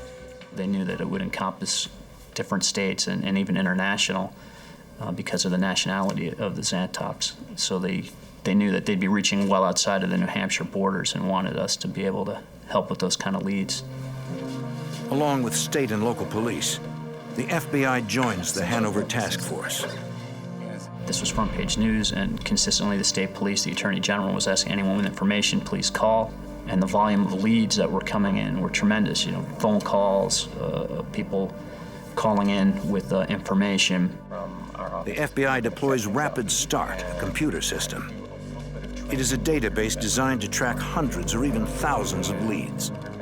In any type of investigation, you need to keep your peripheral vision open. You don't want to miss anything. If you're too quick to focus in on one area, you start to disregard other telltale signs or other signs that you may or may not be on the right track. As investigators struggle to make sense of their case, all over the country, media coverage of the case explodes. For law enforcement, the pressure is on to find a pair of brutal killers. In New Hampshire, 2 Ivy League professors have been brutally murdered in their own home. Investigators review the evidence again. sloppy. They're trying to determine if the Zantops were targeted. It doesn't appear that they were. A knife is too clumsy a murder weapon for an assassination.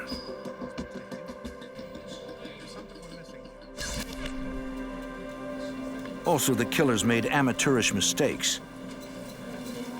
If the murder had been planned, why would they leave behind the knife sheaths, a footprint, and even a fingerprint?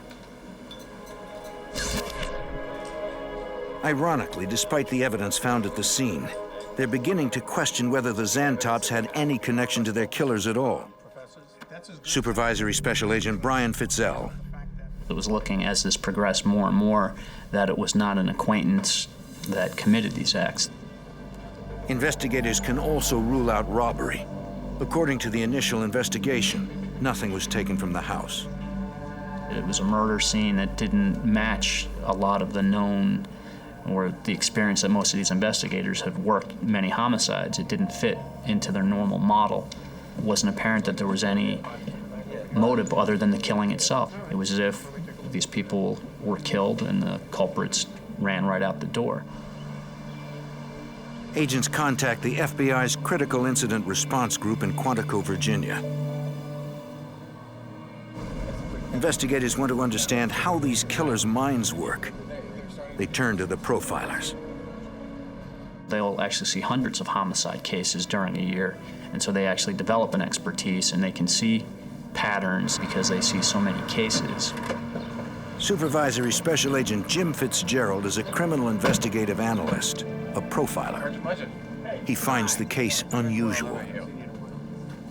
We have two low-risk victims who are killed in their own house in broad daylight on a Saturday, nonetheless, when other people ostensibly in the neighborhood are home. This is the crime scene. It appears that Fitzgerald notes that the position of the chairs makes it appear as if an impromptu conference was going on prior to the murders. The only thing that's in the doorway. It was agreed upon with the investigators in the room and myself that it looks like there may have been at least several minutes in which there was some sort of conversation between Hoff and one or both of the offenders. It seems that the offender or offenders, and we were leaning towards two offenders at this point, were mission-oriented in that when they came into the house, their purpose was to kill Mr. and Mrs. Zantop. The murder weapon, a pair of combat knives, is particularly troubling. The use of a weapon in a homicide is very significant to your type of offender. If it's a cheap Saturday night special as opposed to a very expensive pistol with a silencer, that tells you have two different sort of offenders there. And on the other end of the continuum, on even a lower end of the continuum, if someone's using a knife, that tells you a lot about your offender too. Been able to determine what type of knife it actually was. It's like The fact that the killers used knives and left behind crucial evidence tells him they are either sloppy or unsophisticated. Investigators suspect that the Zantops either knew their killers or allowed them into the house for some unknown reason.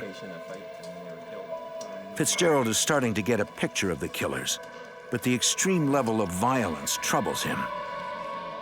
When we're seeing a case that it makes no sense for various reasons, from a profiling perspective, we automatically hit the default to youthfulness. We just may have someone here youthful, that the motivation is not about money, the motivation is not to get back to somebody or even up a grudge.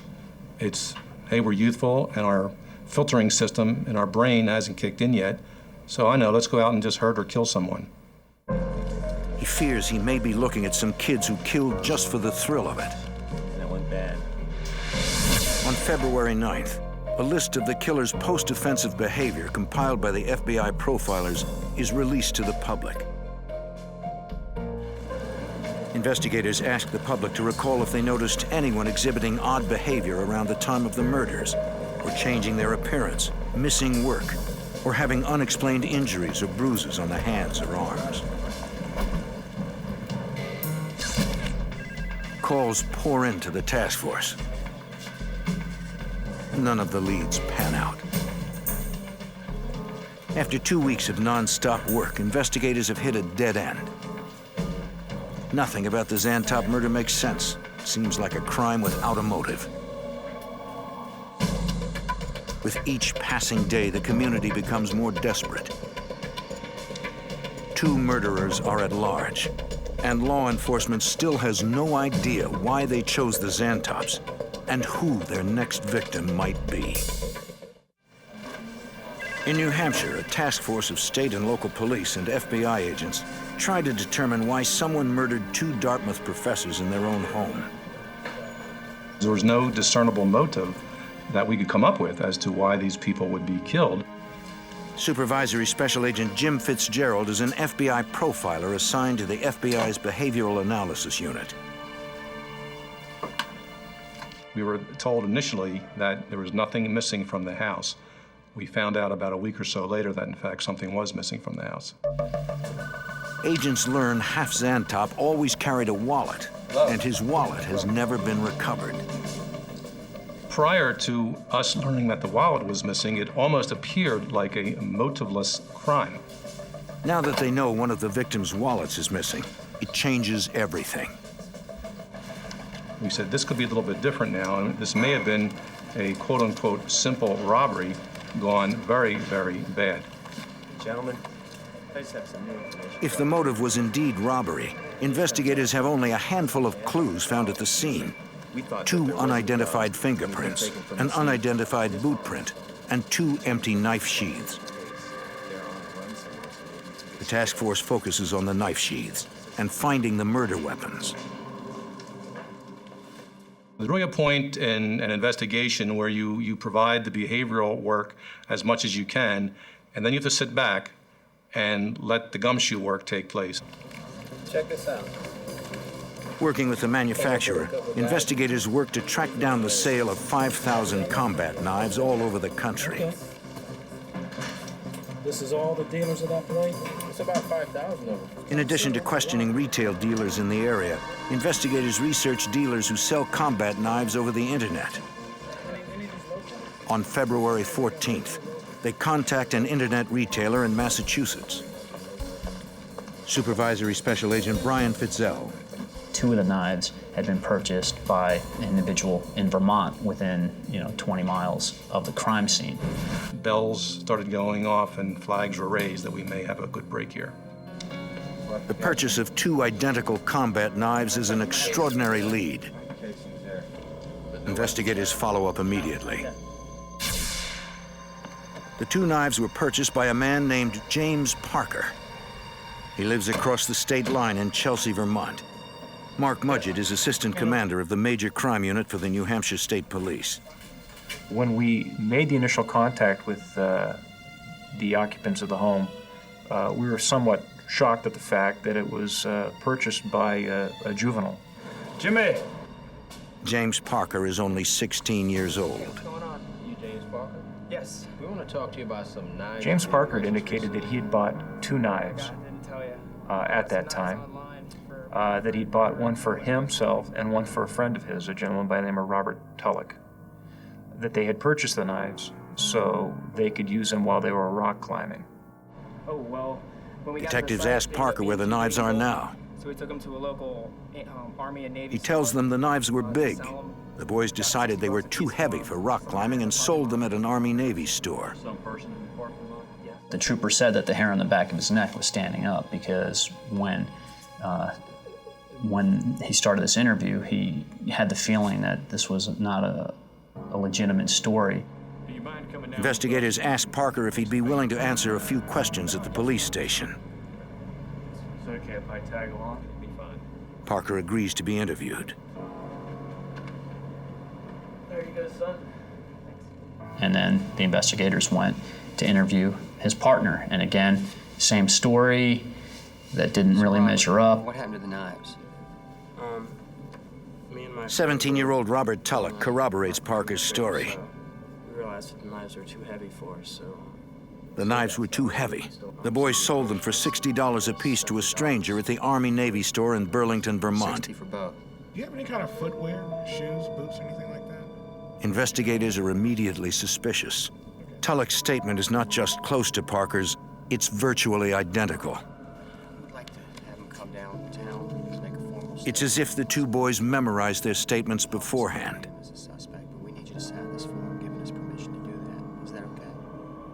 Then the detective notices something chilling.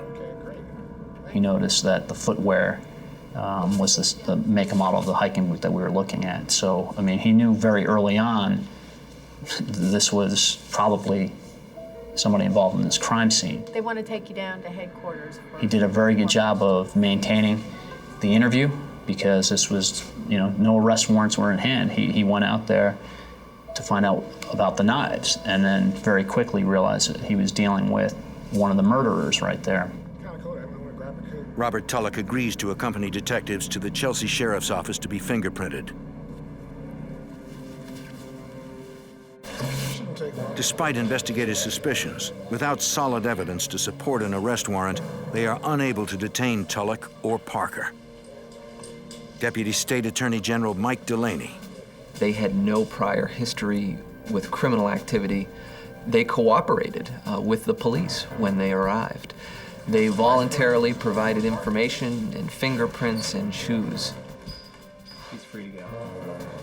They place a late-night call to Tom Pfeiffer, the director of the New Hampshire State Police Forensic Laboratory. I received a telephone call at 12 o'clock midnight requesting my assistance to the laboratory to do a comparison between a pair of boots that were recovered from a suspect in this case to those impressions that were developed at the crime scene. In order to obtain an arrest warrant, investigators need proof that Robert Tulloch's boots matched the bloody boot print found at the crime scene. The pressure that was surrounding this particular case was enormous. I've never worked in a case in our state that had this much amount of pressure. If anything, it caused us to actually step back and recheck and double and triple check our work before we let anything out of this laboratory. This is your career on the line. If you make one misidentification, you might as well leave the world of forensics behind because you could never do another case. Dr. Pfeiffer compares an impression taken from Tulloch's boots to an impression taken at the Zantop house. About 3 o'clock in the morning, a colleague and myself made a match between the impressions left at the crime scene and the boots that were taken from the suspect. The fingerprints collected from the scene match Parker's. We knew that we were dealing with our murderers, and the two murderers knew that as well because after the state troopers left, these kids left that night. They got together and fled. So they gave fingerprints and footwear and then went into fugitive mode. After weeks of searching, agents and police finally identify their suspects, only to lose them. 2 deadly teenage killers are now on the loose.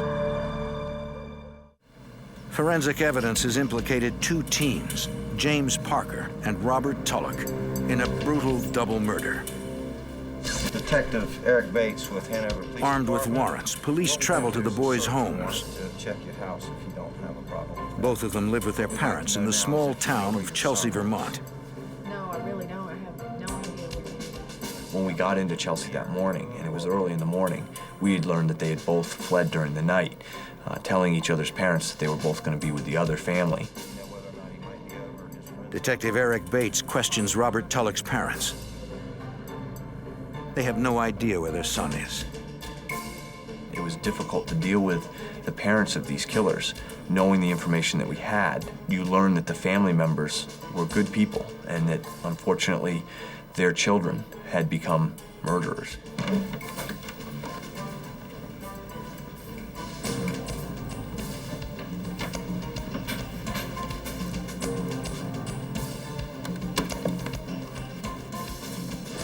In Tulloch's bedroom, investigators make a crucial discovery.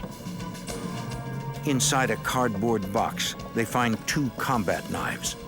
Got him. Oh, good. In their statements, Parker and Tulloch claimed they sold the knives to a stranger. Investigators have found the murder weapons. Mike Delaney is a deputy attorney general working with the homicide unit. Once we had the knives in the bedroom, it was pretty clear what we were dealing with, and at that point, I think everyone had solidified the opinions that they, in fact, were involved directly in committing these crimes. This is where we are. The problem is that Hanover... The case transformed once Parker and Tulloch had fled. They had shifted gears, basically, from an investigative trying to ferret out who had caused this now to an actual pursuit. The momentum increased, the intensity increased, but it gave us a great deal of satisfaction that we were able to identify who the perpetrators were in this crime. A bolo, or be on the lookout, is issued for two teenage boys driving a silver 1987 Audi.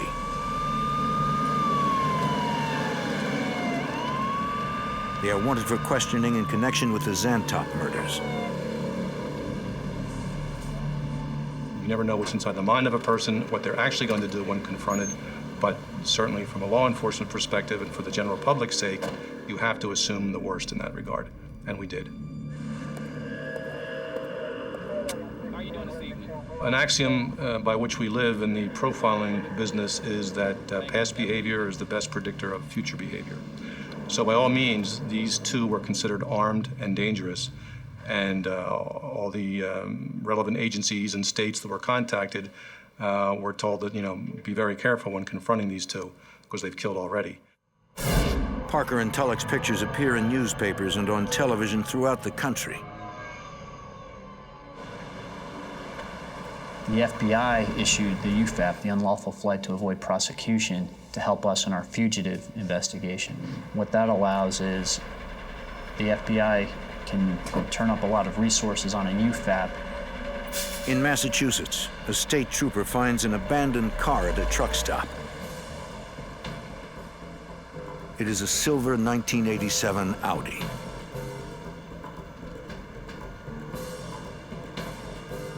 The trooper calls in the license plates. Within minutes, he knows that the car belongs to James Parker.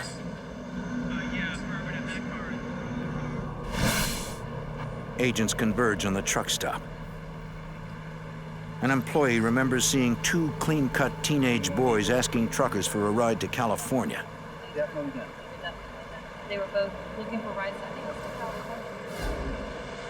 According to the truck stop employee, one of the boys had dark hair. He wore it spiked. The other boy was blonde. They called themselves Sam and Tyler. Yeah, that's cool.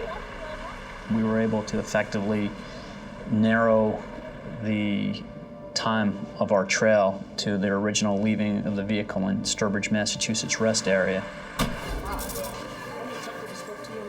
In Sturbridge, the two boys hitched a ride with a husband and wife trucking team. They dropped the boys off at another rest stop. Let's determine what type of truck they left in from there, based on those aggressive application of FBI resources, immediately sending people to these rest areas. The FBI moves fast.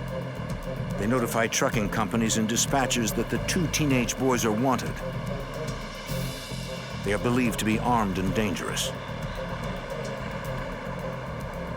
Authorities learn the two teenage boys might have been spotted at a truck stop in Columbia, New Jersey. According to witnesses, they hitched a ride with another trucker. We were narrowing the chase because as our information was getting better, it was clear to us where we thought they were heading. Agents notify police all over the region that the fugitives seem to be heading west.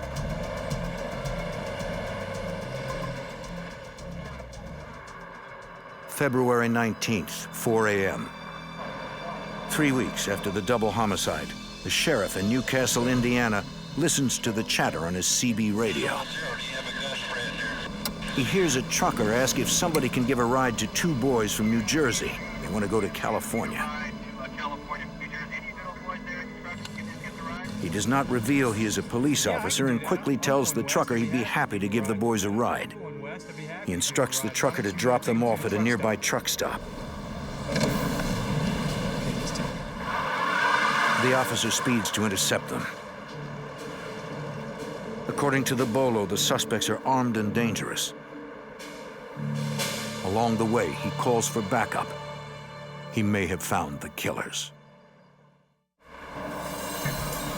In Indiana, A sheriff attempts to trap two teenage fugitives at a truck stop. 16-year-old James Parker and 17-year-old Robert Tulloch are both wanted for the brutal slaying of two prominent professors.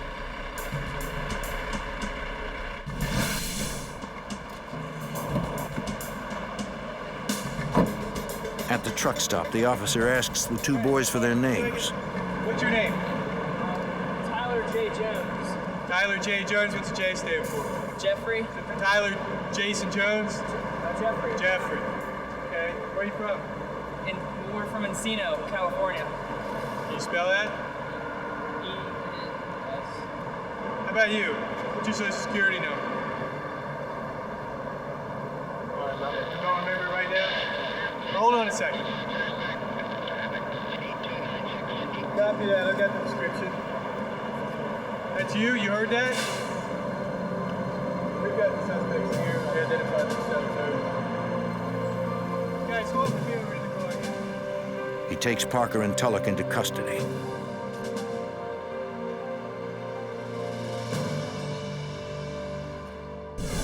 Cooperation and future testimony we're looking at. James Parker was brought back to the state of New Hampshire along with Robert Tulloch.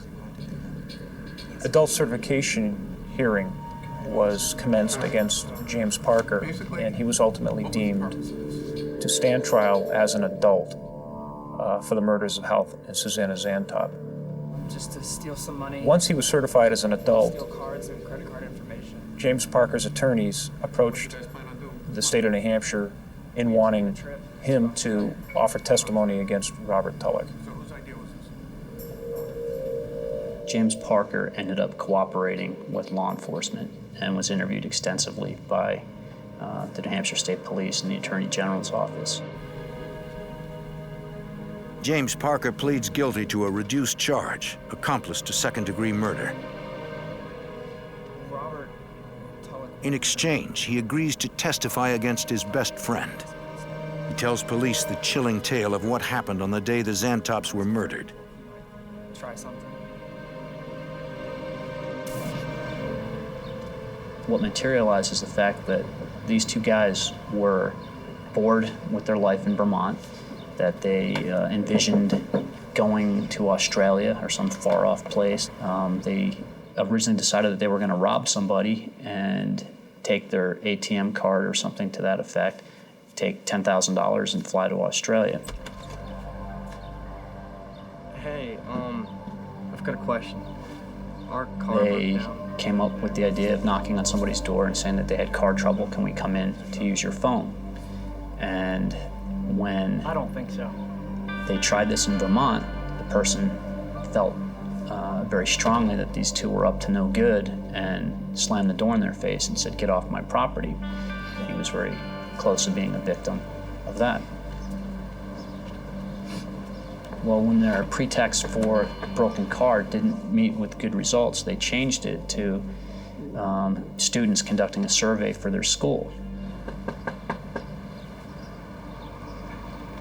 Hey, we're doing a school. So they showed up at the Zantops' house totally at random, and unfortunately, the fact that Hoff and Susanna were college professors led them to be very open and trusting of students and invite them into their home. Come on in.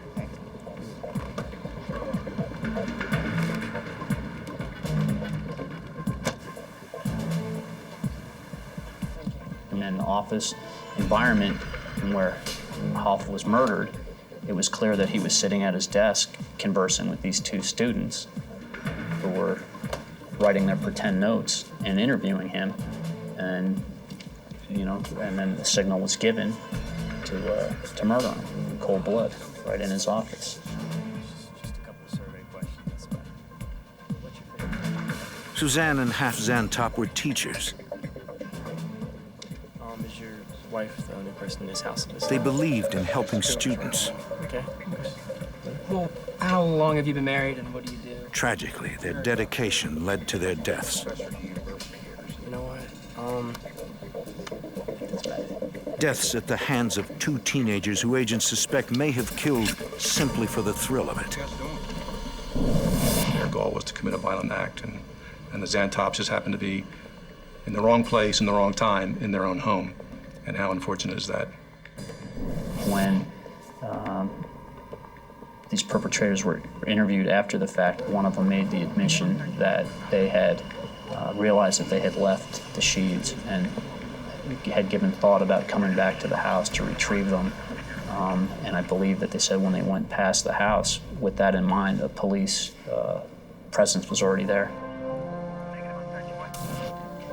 Investigators are searching for some way to explain why Tulloch and Parker murdered the Zantops so brutally. What you guys doing? FBI profiler James Fitzgerald sees this type of random violence as part of a terrifying trend. We live in a different society today. Even in our youthful culture, they're constantly exposed to violence. And I believe Parker and Tulloch fit right into that category. The motivation's not to get back to somebody or even up a grudge. So I know, let's go out and just hurt or kill someone. And we're seeing more and more of that, unfortunately. When you left there that night, where did you guys go? We spent considerable amount of time with him, several days, as he went through how he and Robert Tulloch had concocted and eventually perpetrated this crime. He showed no signs of emotion, no signs of remorse for what he had done. I stabbed the Zantops. They were from more or less a middle-class environment, low crime area. Did not have some of the pitfalls that maybe others may be forced to experience in lesser environments. But nonetheless, there was a dysfunctionality about them. And when their chemistry was mixed, a violent outcome was apparently inevitable. Investigators will never know what it was about the two boys and their chemistry that triggered such rage. In April 2002, James Parker is convicted of second-degree murder. He is sentenced to 25 years in prison. Robert Tulloch is convicted of first-degree murder. He is sentenced to spend the rest of his life in prison without the possibility of parole.